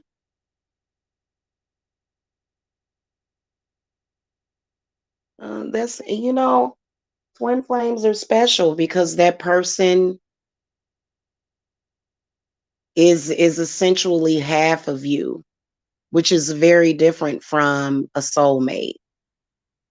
You can have several soulmates, but you can only have one twin flame. Twin is two. Now, unless you that yeah, it wouldn't even you can't even have twin flames from different you can't have different twin flames from different lifetimes because your twin flame you are that person since the birth of your soul. Even if you're born at different times, you don't have to be born at the same time to be twin flames. So that's a very, very That's if y'all want to get into twin flames, that's a very, very complicated thing because you get sick when they get sick. You feel everything that they feel. When they're sad, you're sad. You can feel it. And then it is a very telepathic connection. That, in fact, twin flames have a natural telepathy between the two of them to where they can communicate just through their heads. They can just communicate with each other. Oh, thank you, Carrie. Thank you. I feel like my twin and I have been together since eternity. Yeah, that's how it's supposed to feel. It seems like it makes sense, especially. And then sometimes y'all be surprised at what your relationship with a person was in the previous life.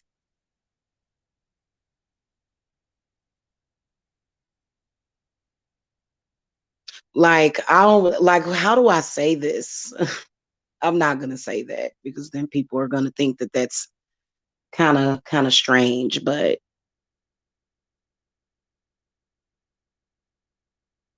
I think twin flames often need a honest mediator between the two of them, somebody that's honest, somebody that is trustworthy in order to get through that situation because it can be difficult because I have a client right now, um and I'm gonna check on her too when I get off of here. Her twin flame died and she is in a really tough place. She is, yeah, it's like she literally feels that a part of her died when he died. She didn't realize that he was her twin flame until he passed away. Before that, she was running from him. And so she blames herself. So I've been trying to work with that client to heal her because you can just feel it. It feels like somebody's heart is breaking. So that's one of the hardest things to go through. Lights flicker when you with your twin flame. Uh-oh. Let's call some chemistry. And light bulbs be burning out and stuff, don't they?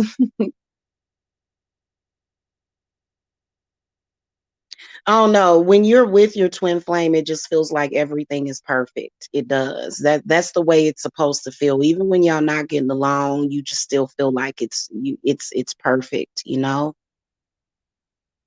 Yeah, because doves, they mate for life with the same bird, don't they?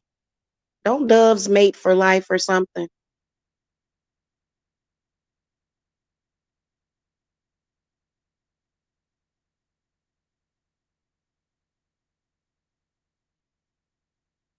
I just heard some people talking.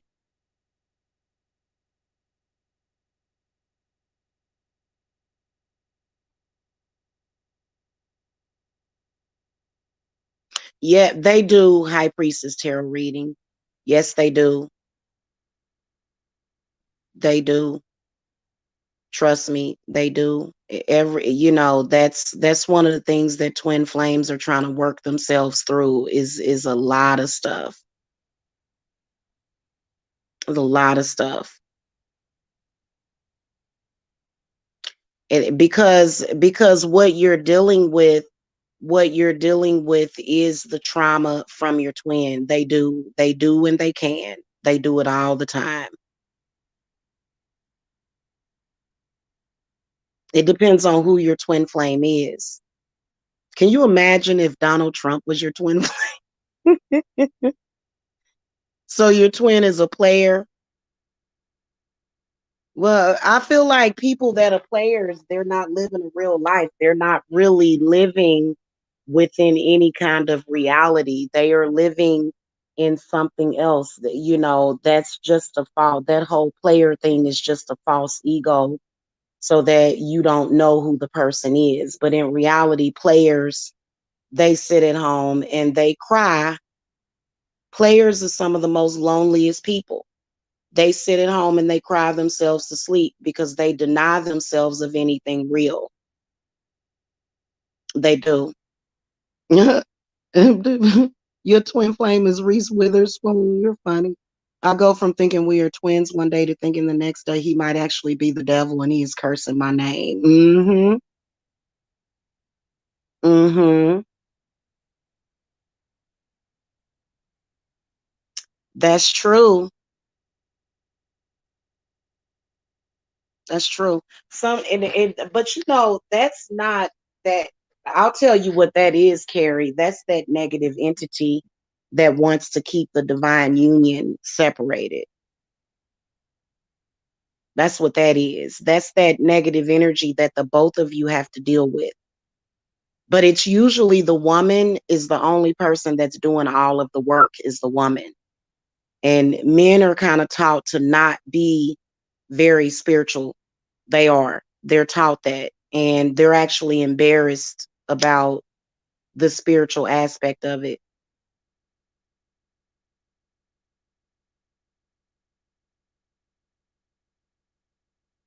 Hmm. You believe he was lonely?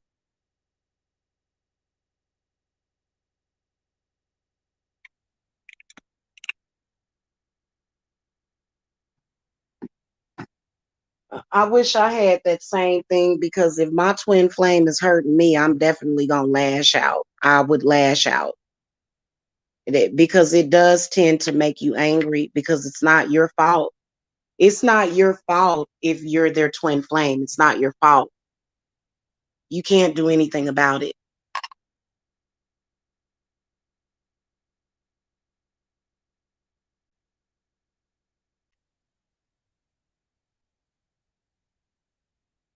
Y'all were both in toxic marriages. Yeah.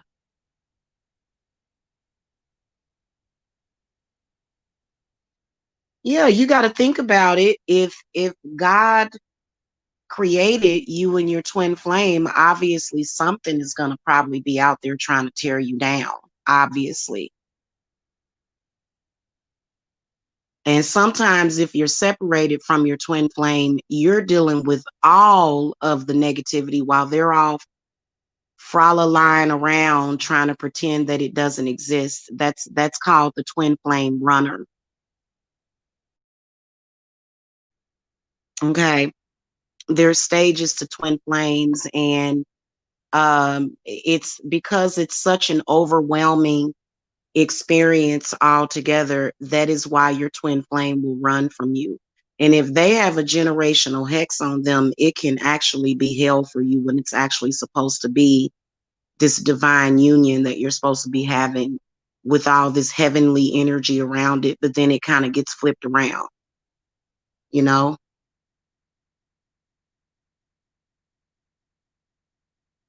And see, that's one of the reasons High Priestess Tarot reading. That's why I never got married. For a lot of people, and this is another generational hex, getting married was about status so that you could go and say, oh, I'm married. You know, what does that mean when you're unhappy and you're miserable? What does that mean when you have to disconnect totally from your existence just to be with this person? So that's why I never got married. I didn't get married because I knew that I would have been marrying the wrong person. And somehow marriages are creating contracts with demons. Okay. And I've noticed that. You don't believe in hexes? Oh, we believe in hexes over here. We see them all the time. Our whole relationship has been misunderstanding and strange coincidences and interferences as if the world is against us. It feels that way because of hatred. But technically, a lot of people that are twin flames are meant to lead by example.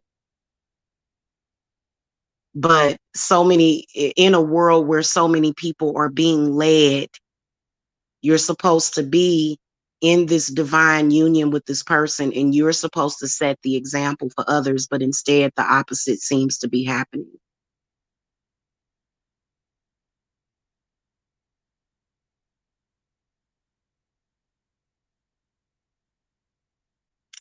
A hex is a blockage. A hex is something that's meant to either delay or stop something. A hex can be something that's meant to destroy something. A hex is, yeah, a hex can be many different things. I think personally it's the same thing as a curse, but yeah, your twin flame can be, I mean, you can be a Christian, they could be a Jehovah's Witness, you could be a witch and they could be a Christian, which is really complicated. It's really complicated.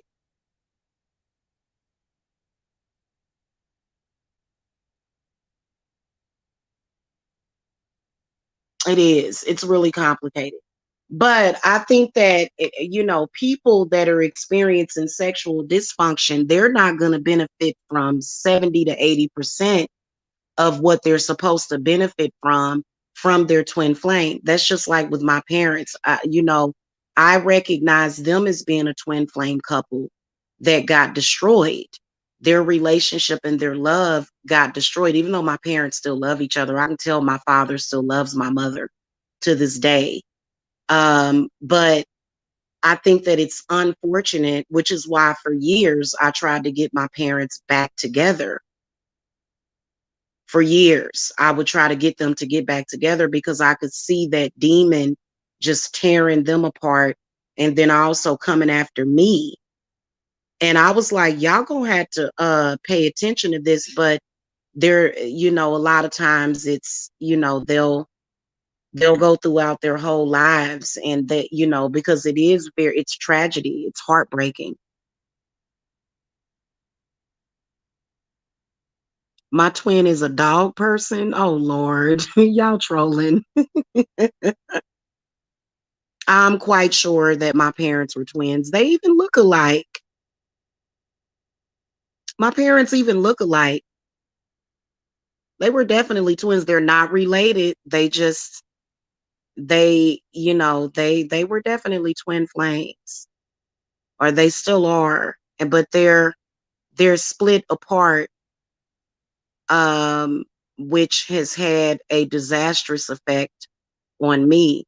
It does affect their kids. It does. And then they'll say, oh, well, just be celibate the rest of your life, or either, go to a swingers convention. And I'm not having it. That's how people look at it. Oh, just live life and go out and have free love and sex. No, thank you. No, thank you.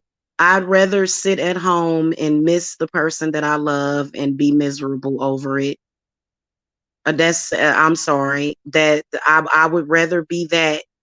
I would rather be that person and not necessarily miserable, but just, you'd rather go through the changes than to go and do something like that because it's that would be doing something fake.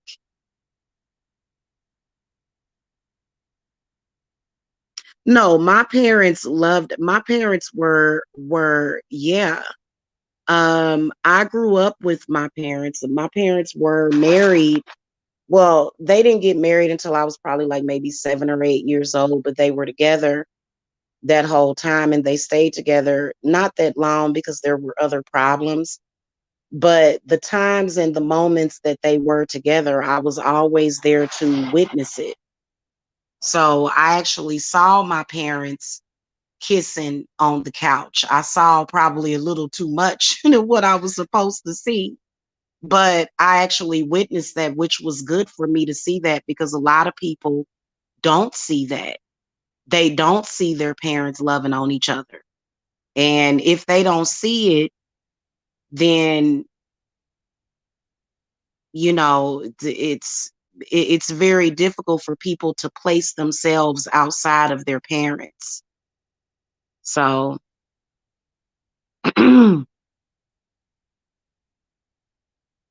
yeah,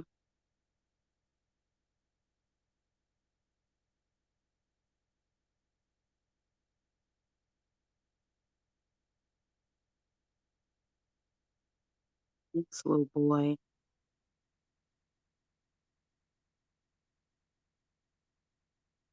But I think that we got to get past this anti-humanism thing first.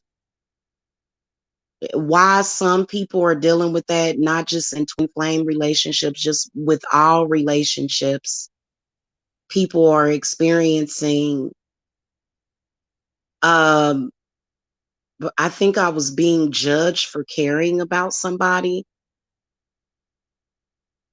And some people are very sensitive to that. I would never, ever, probably because I'm a Cancer and I'm very strong willed, I would never allow somebody to shame me for loving somebody ever, you know? Oh, they never showed love to each other, not even when they were alone. Oh God, that's so sad. That's so sad. It probably was your grandparents. It probably was just the way that they had raised them. Marriage was more so an institution of slavery and imprisonment than actual love. So that's why I always said that when I get married, I'm marrying for love. He may be screwed up, but if I love him, I'm gonna marry him. Cause they'll say that, oh, this person is screwed up. Well, hell, everybody is screwed up. Who isn't screwed up at some point in their life?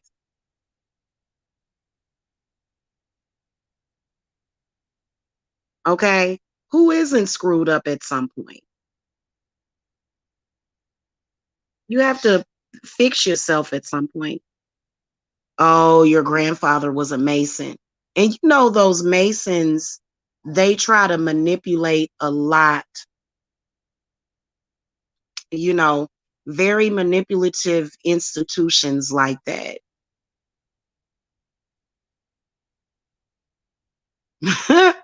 High Priestess Tarot reading. Oh, you remind me of that movie with Drew Barrymore with was that Adam Sandler in that movie? I think it was, and she kept forgetting who he was. And then, one day he was like, we're dating. And she was like, really? And he was like, yeah, I'm sorry, I'm not more good looking. My dad's mom was a witch back in '08. My parents used to fight every night when she came over from Eastern Europe. That's some demonic stuff. But what does the okay, hold on. It can in certain ways. That's another generational hexes being under those, and because I believe that Masons and all that Freemasonry, I believe that those groups and organizations, they believe that they own people, which, and they are serious about it. They believe that they own people. Yeah, that movie was so cute. It was so cute when he was like, "I'm sorry, I'm not good. I'm not more good looking."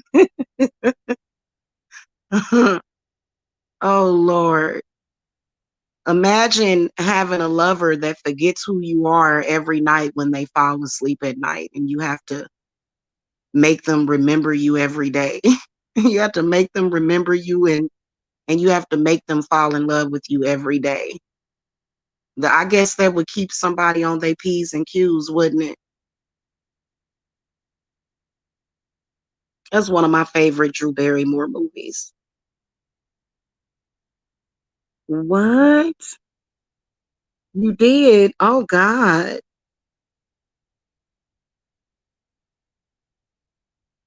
This was when you were a kid, when your parents was fighting? Yeah. That's very traumatizing for kids when their parents fight with each other. That's very traumatizing. My parents didn't really fight around me. There were other issues. I don't remember them. I remember one fight and that was it. But other than that, they're Virgos, very reserved and stuff, it probably would have been a good thing for them to express some of their emotions to each other though. I'll never give up on my parents getting back together because I think that they should, for real. My grandmother used to put spells on my parents. She suffered a bad, bad death. What spells was she? You know what? That's interesting that all of y'all are mentioning your grandparents. That's really interesting. I've only witnessed them having one fight and it got physical. But see, my father was not supporting my mother in her dreams, which is another generational hex that's been on me for a while. Okay, to where none of my men have ever respected my career, and all of them have had a problem with me as a person, especially since I'm a witch. So that creates even more issues. But my father did not want my mother to pursue her career. He didn't. He wanted her to be like a housewife. And every woman doesn't want to be that. You know, every woman is not made out to be that way. So I accepted the fact that I was a latchkey kid. I was very intelligent as a child. I could get off the school bus and come home, make me a sandwich. I've always been very independent. That's probably why my mother only had one child, but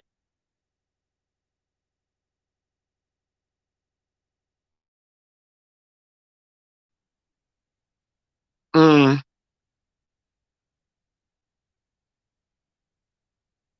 mm. So your grandmother was doing work on your parents to do what? Was your grandmother single? Was she one of them? Was she single? That's what it was. Your grandmother was single, wasn't she? Cuz a lot of okay, I'm not speaking about, this is no shade to older women.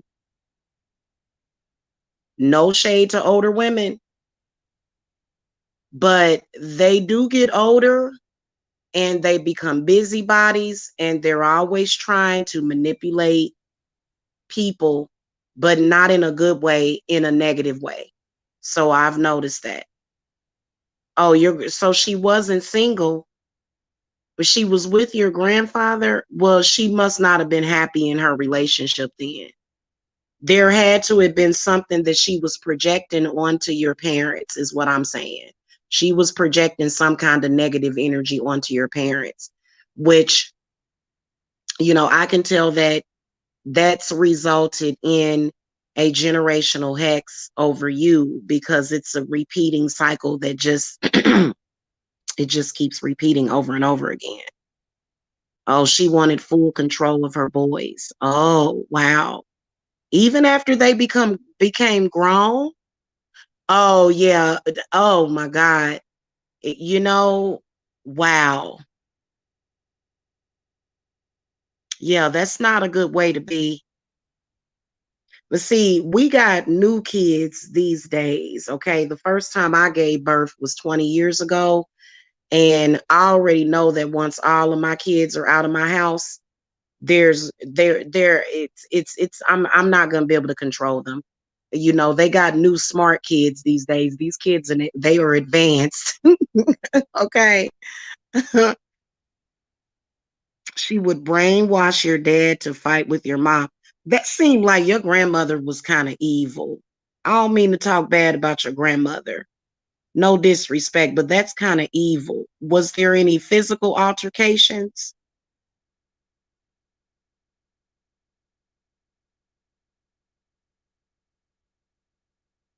Yeah, that sounds like demonic possession too.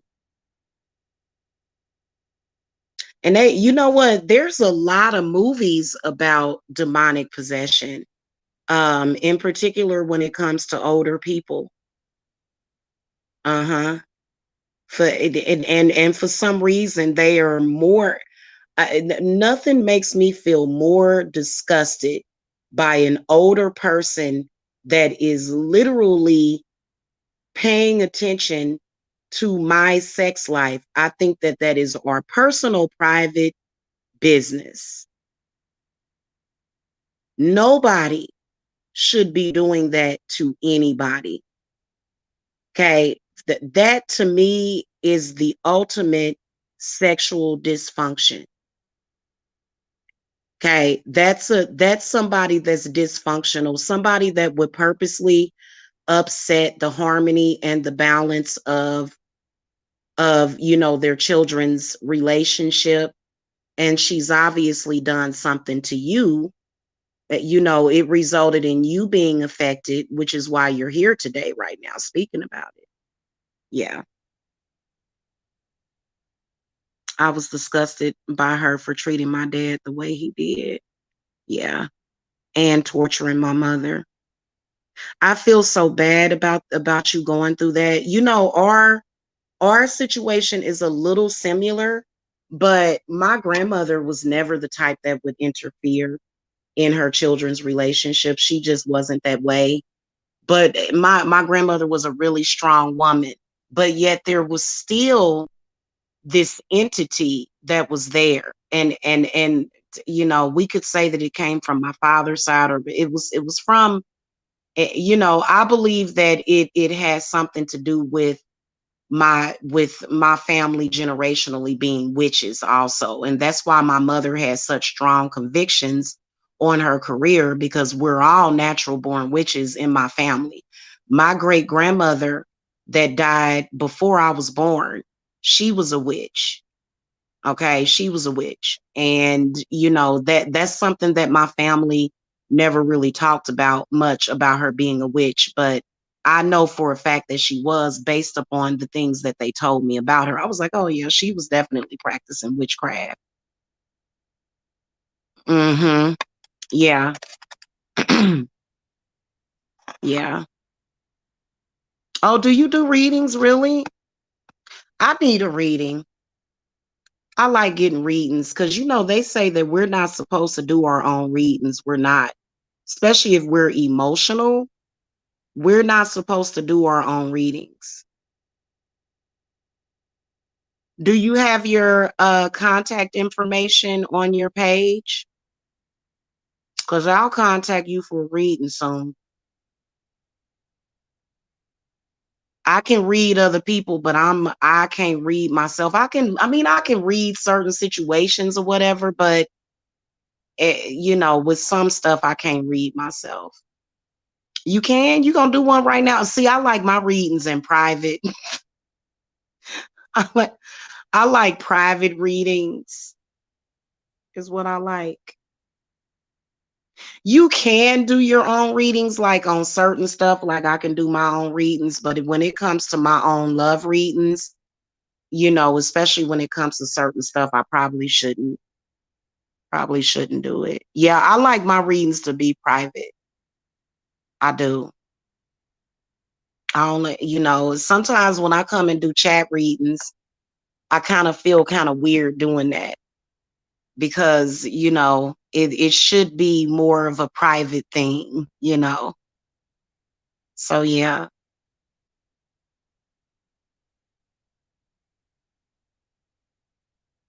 But definitely send me your contact information to 770-686-7461.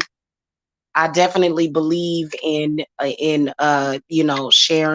sharing the wealth. I think that we all should support each other as witches and as tarot readers. And you can't do anything related to me, not even your own work.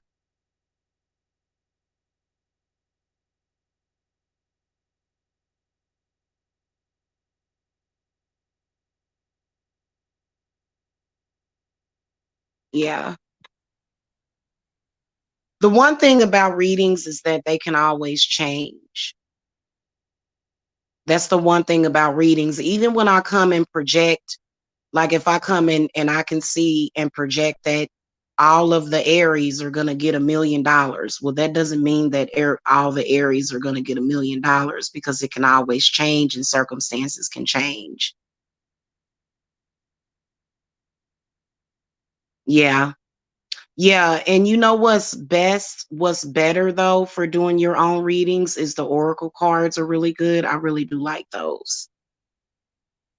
But I do my own readings all the time, but a lot of times I just be like, you know, now if I do spiritual work on something, I try not to look at my cards at it.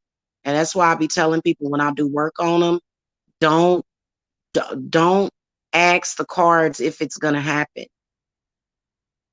because that's not, it's not about if it's going to happen, it's more so about when it's going to happen. So if you doing some spell work, now unless you feel as though it's not going to work on some level, but I think that when you've done the work on it, I think that it's important to kind of first of all, when it comes to doing spiritual work or getting spiritual work done, you're not supposed to sit there and obsess over it and obsess over it and think about it 24/7. And you're not supposed to be sitting there waiting for anything to happen. I always tell people that when you get work from me, don't sit there and wait for it to happen. Now, if you have came to me for a cleanse and you've been extra stressed, have had anxiety, feel, strange or disconnected, then yeah, I'm going to make that happen. I'm going to turn that situation around for you immediately. But when it comes to doing even hex removers, you want to wait at least one moon cycle for it to fully manifest, but you will see changes immediately. But when it comes to real love work, sometimes it can take a while. It doesn't just happen overnight all the time, unless you are going to some kind of demonic entity that can create a contract, which is sometimes why it's better to just let things work themselves out. Some things you cannot cure with magic. Some things is just fate. When fate happens, and of course it's okay if anybody is being negative towards you. If anybody's being negative towards you or negative towards your situation, of course, you want to do the work to remove those outside influences to where they're not affecting your situation. But other than that, so, I mean, I've seen people do love work on people. What are you doing love work on this person for? They already love you. You don't need to do love work. You're doing love work for that person to love you, but they already love you. Now, if they claiming that they don't love you and you feel like they love you deep down, or they've suppressed it, then you can do reunion work. But some people are just doing love work on people, and it's like, well, what is this for? Because this is overkill. Focus on other areas of the situation. You know what I'm saying? Yeah. Well, I am definitely being a Cancer. Yeah, that new moon that we went through just yesterday, and we still in new moon energy. I felt the energy shift was real. It was real. In fact, I want to go back and look at the universal reading that I did for the new moon because it blew my mind. It did, you know.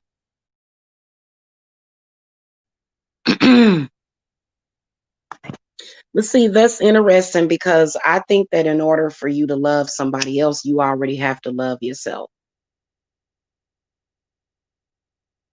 I think it takes a big person to love somebody. I think love is probably one of the most hardest things, but it's one of the most rewarding things is love. And so, I have my own opinions of that, but yeah. Yeah, and more than likely your twin flame is a star seed too. And it's hard to open the door to spirit. The people that are trying to get used to, understanding spirituality outside of the Bible, or not necessarily outside of it, but ascending and broadening your view of everything. That can be a very scary, and it can be a very traumatic experience when all of a sudden the universe is like speaking to you.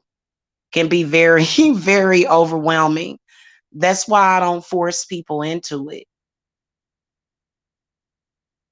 Mhm.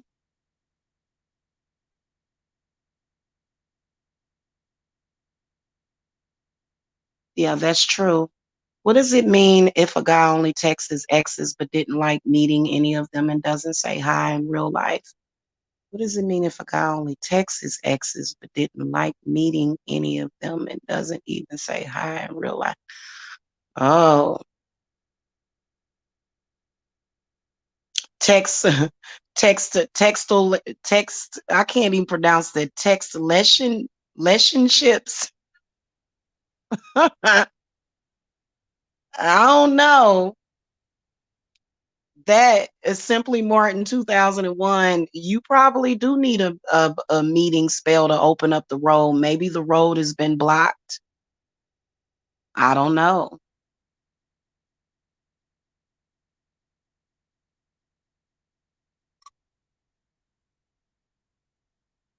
I don't really, guys, that's the one thing that I don't do is the long distance relationships. I don't do that. I don't do that. You gotta be in the same place with me. I'm sorry. Yeah.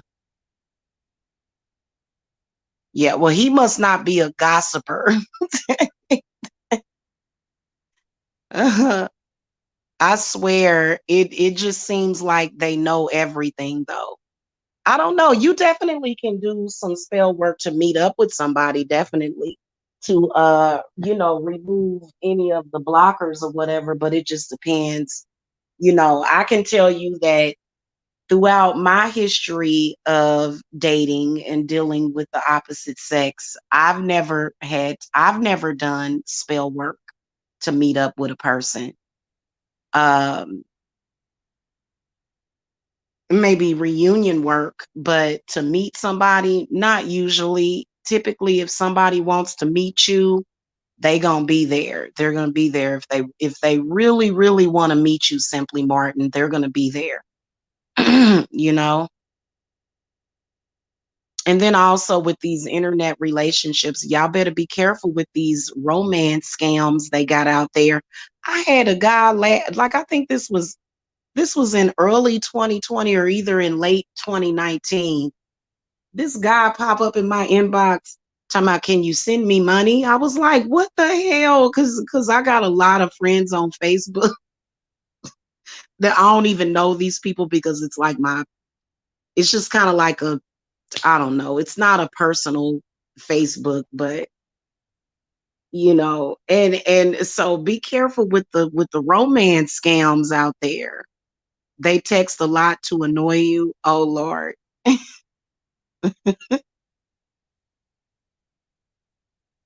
They just text you to annoy you, huh? What are they saying in these text messages that's annoying you? Simply Martin, what is your zodiac sign? I think you told us earlier in the chat what your zodiac sign is. Hold on, let me go back up and see.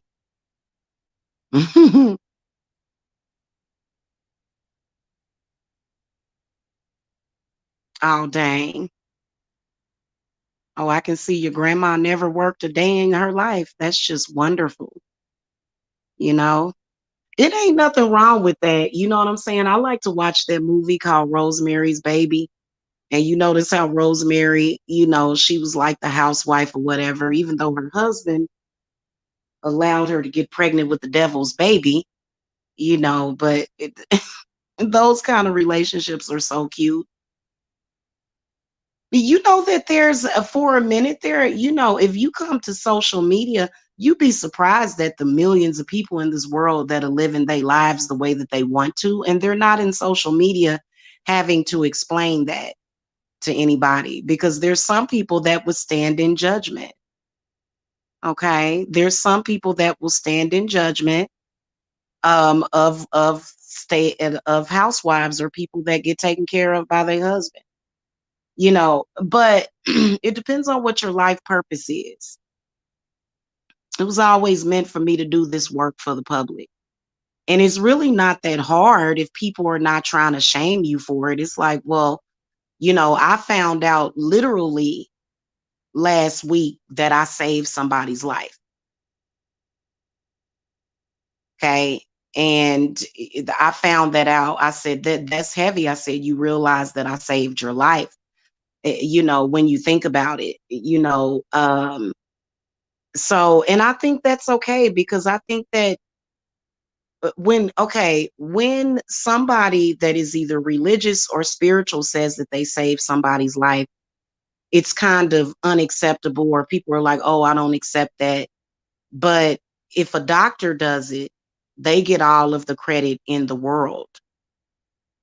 When doctors do it. So if doctors are able to do it, then we can do that as well.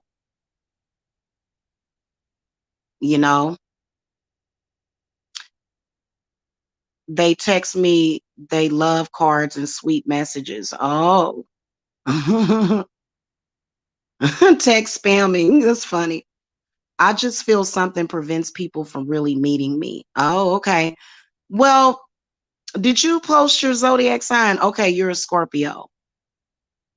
It probably is simply, Martin. You could have, I've seen this. I have seen, like, I've done readings for people, and they'll be asking about their love life, and I'll see this spirit just hovering over them, pushing people away from them.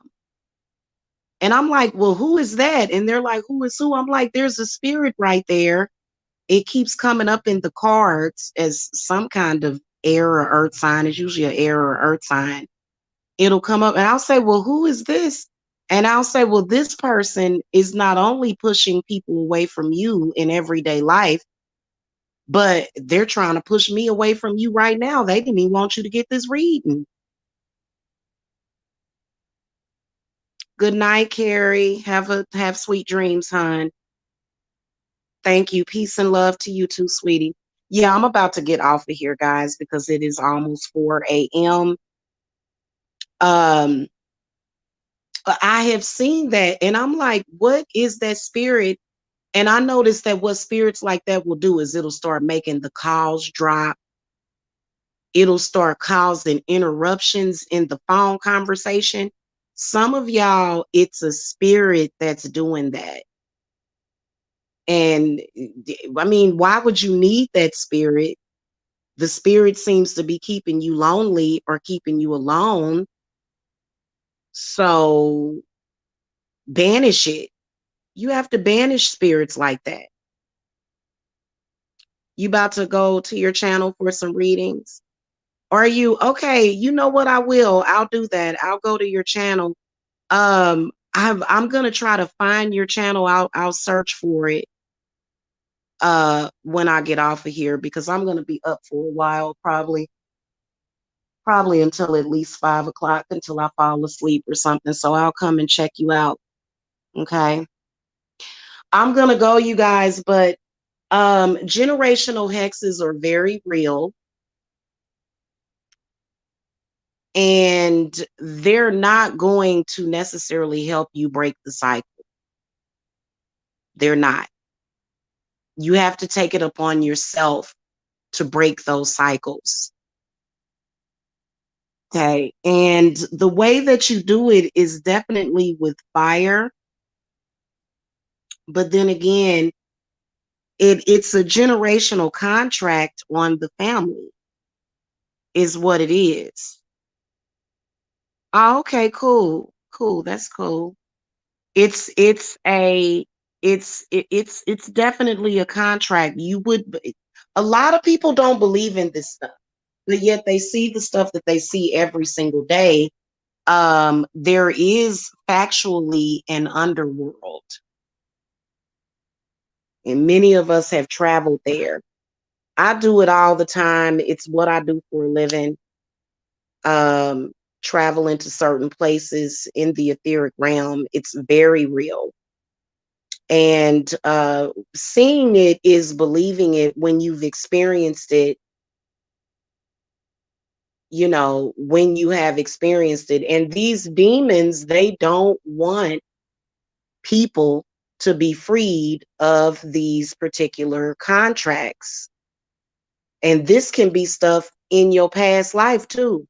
This can be past life stuff that you're experiencing as well. So make sure that you take that seriously and that you just don't give up on life. I see a lot of people that just tend to give up on their life. And that is oppression. So a lot of the oppression that we have experienced, yeah, and spirit wives and spirit husbands can do that to you too.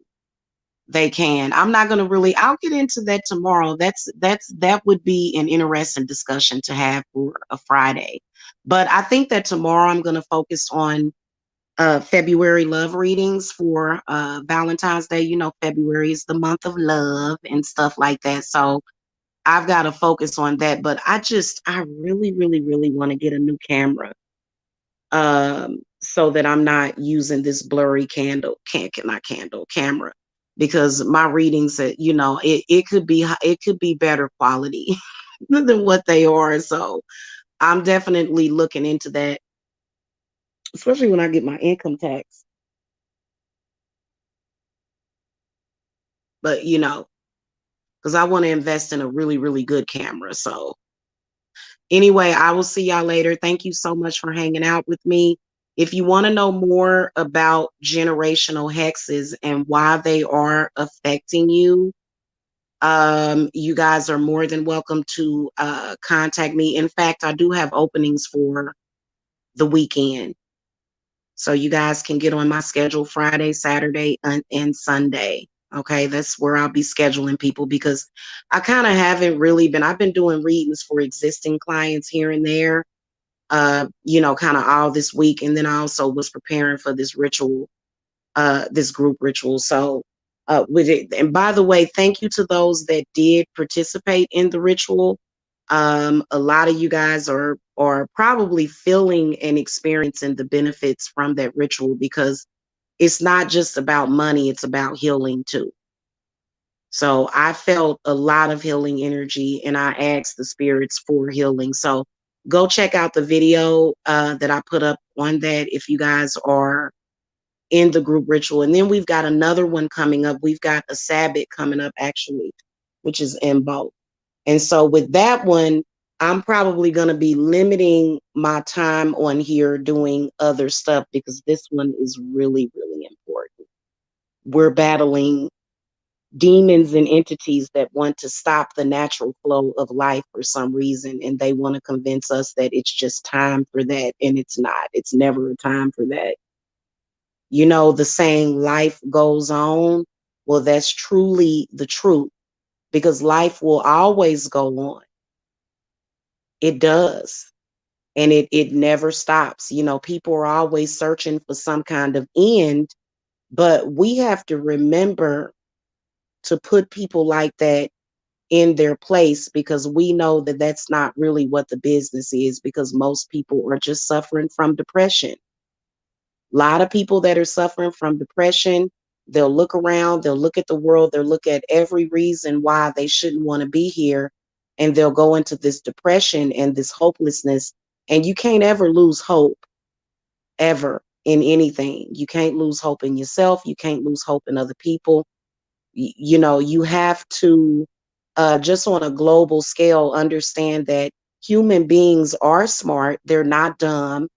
And we do have the ability to turn this situation around.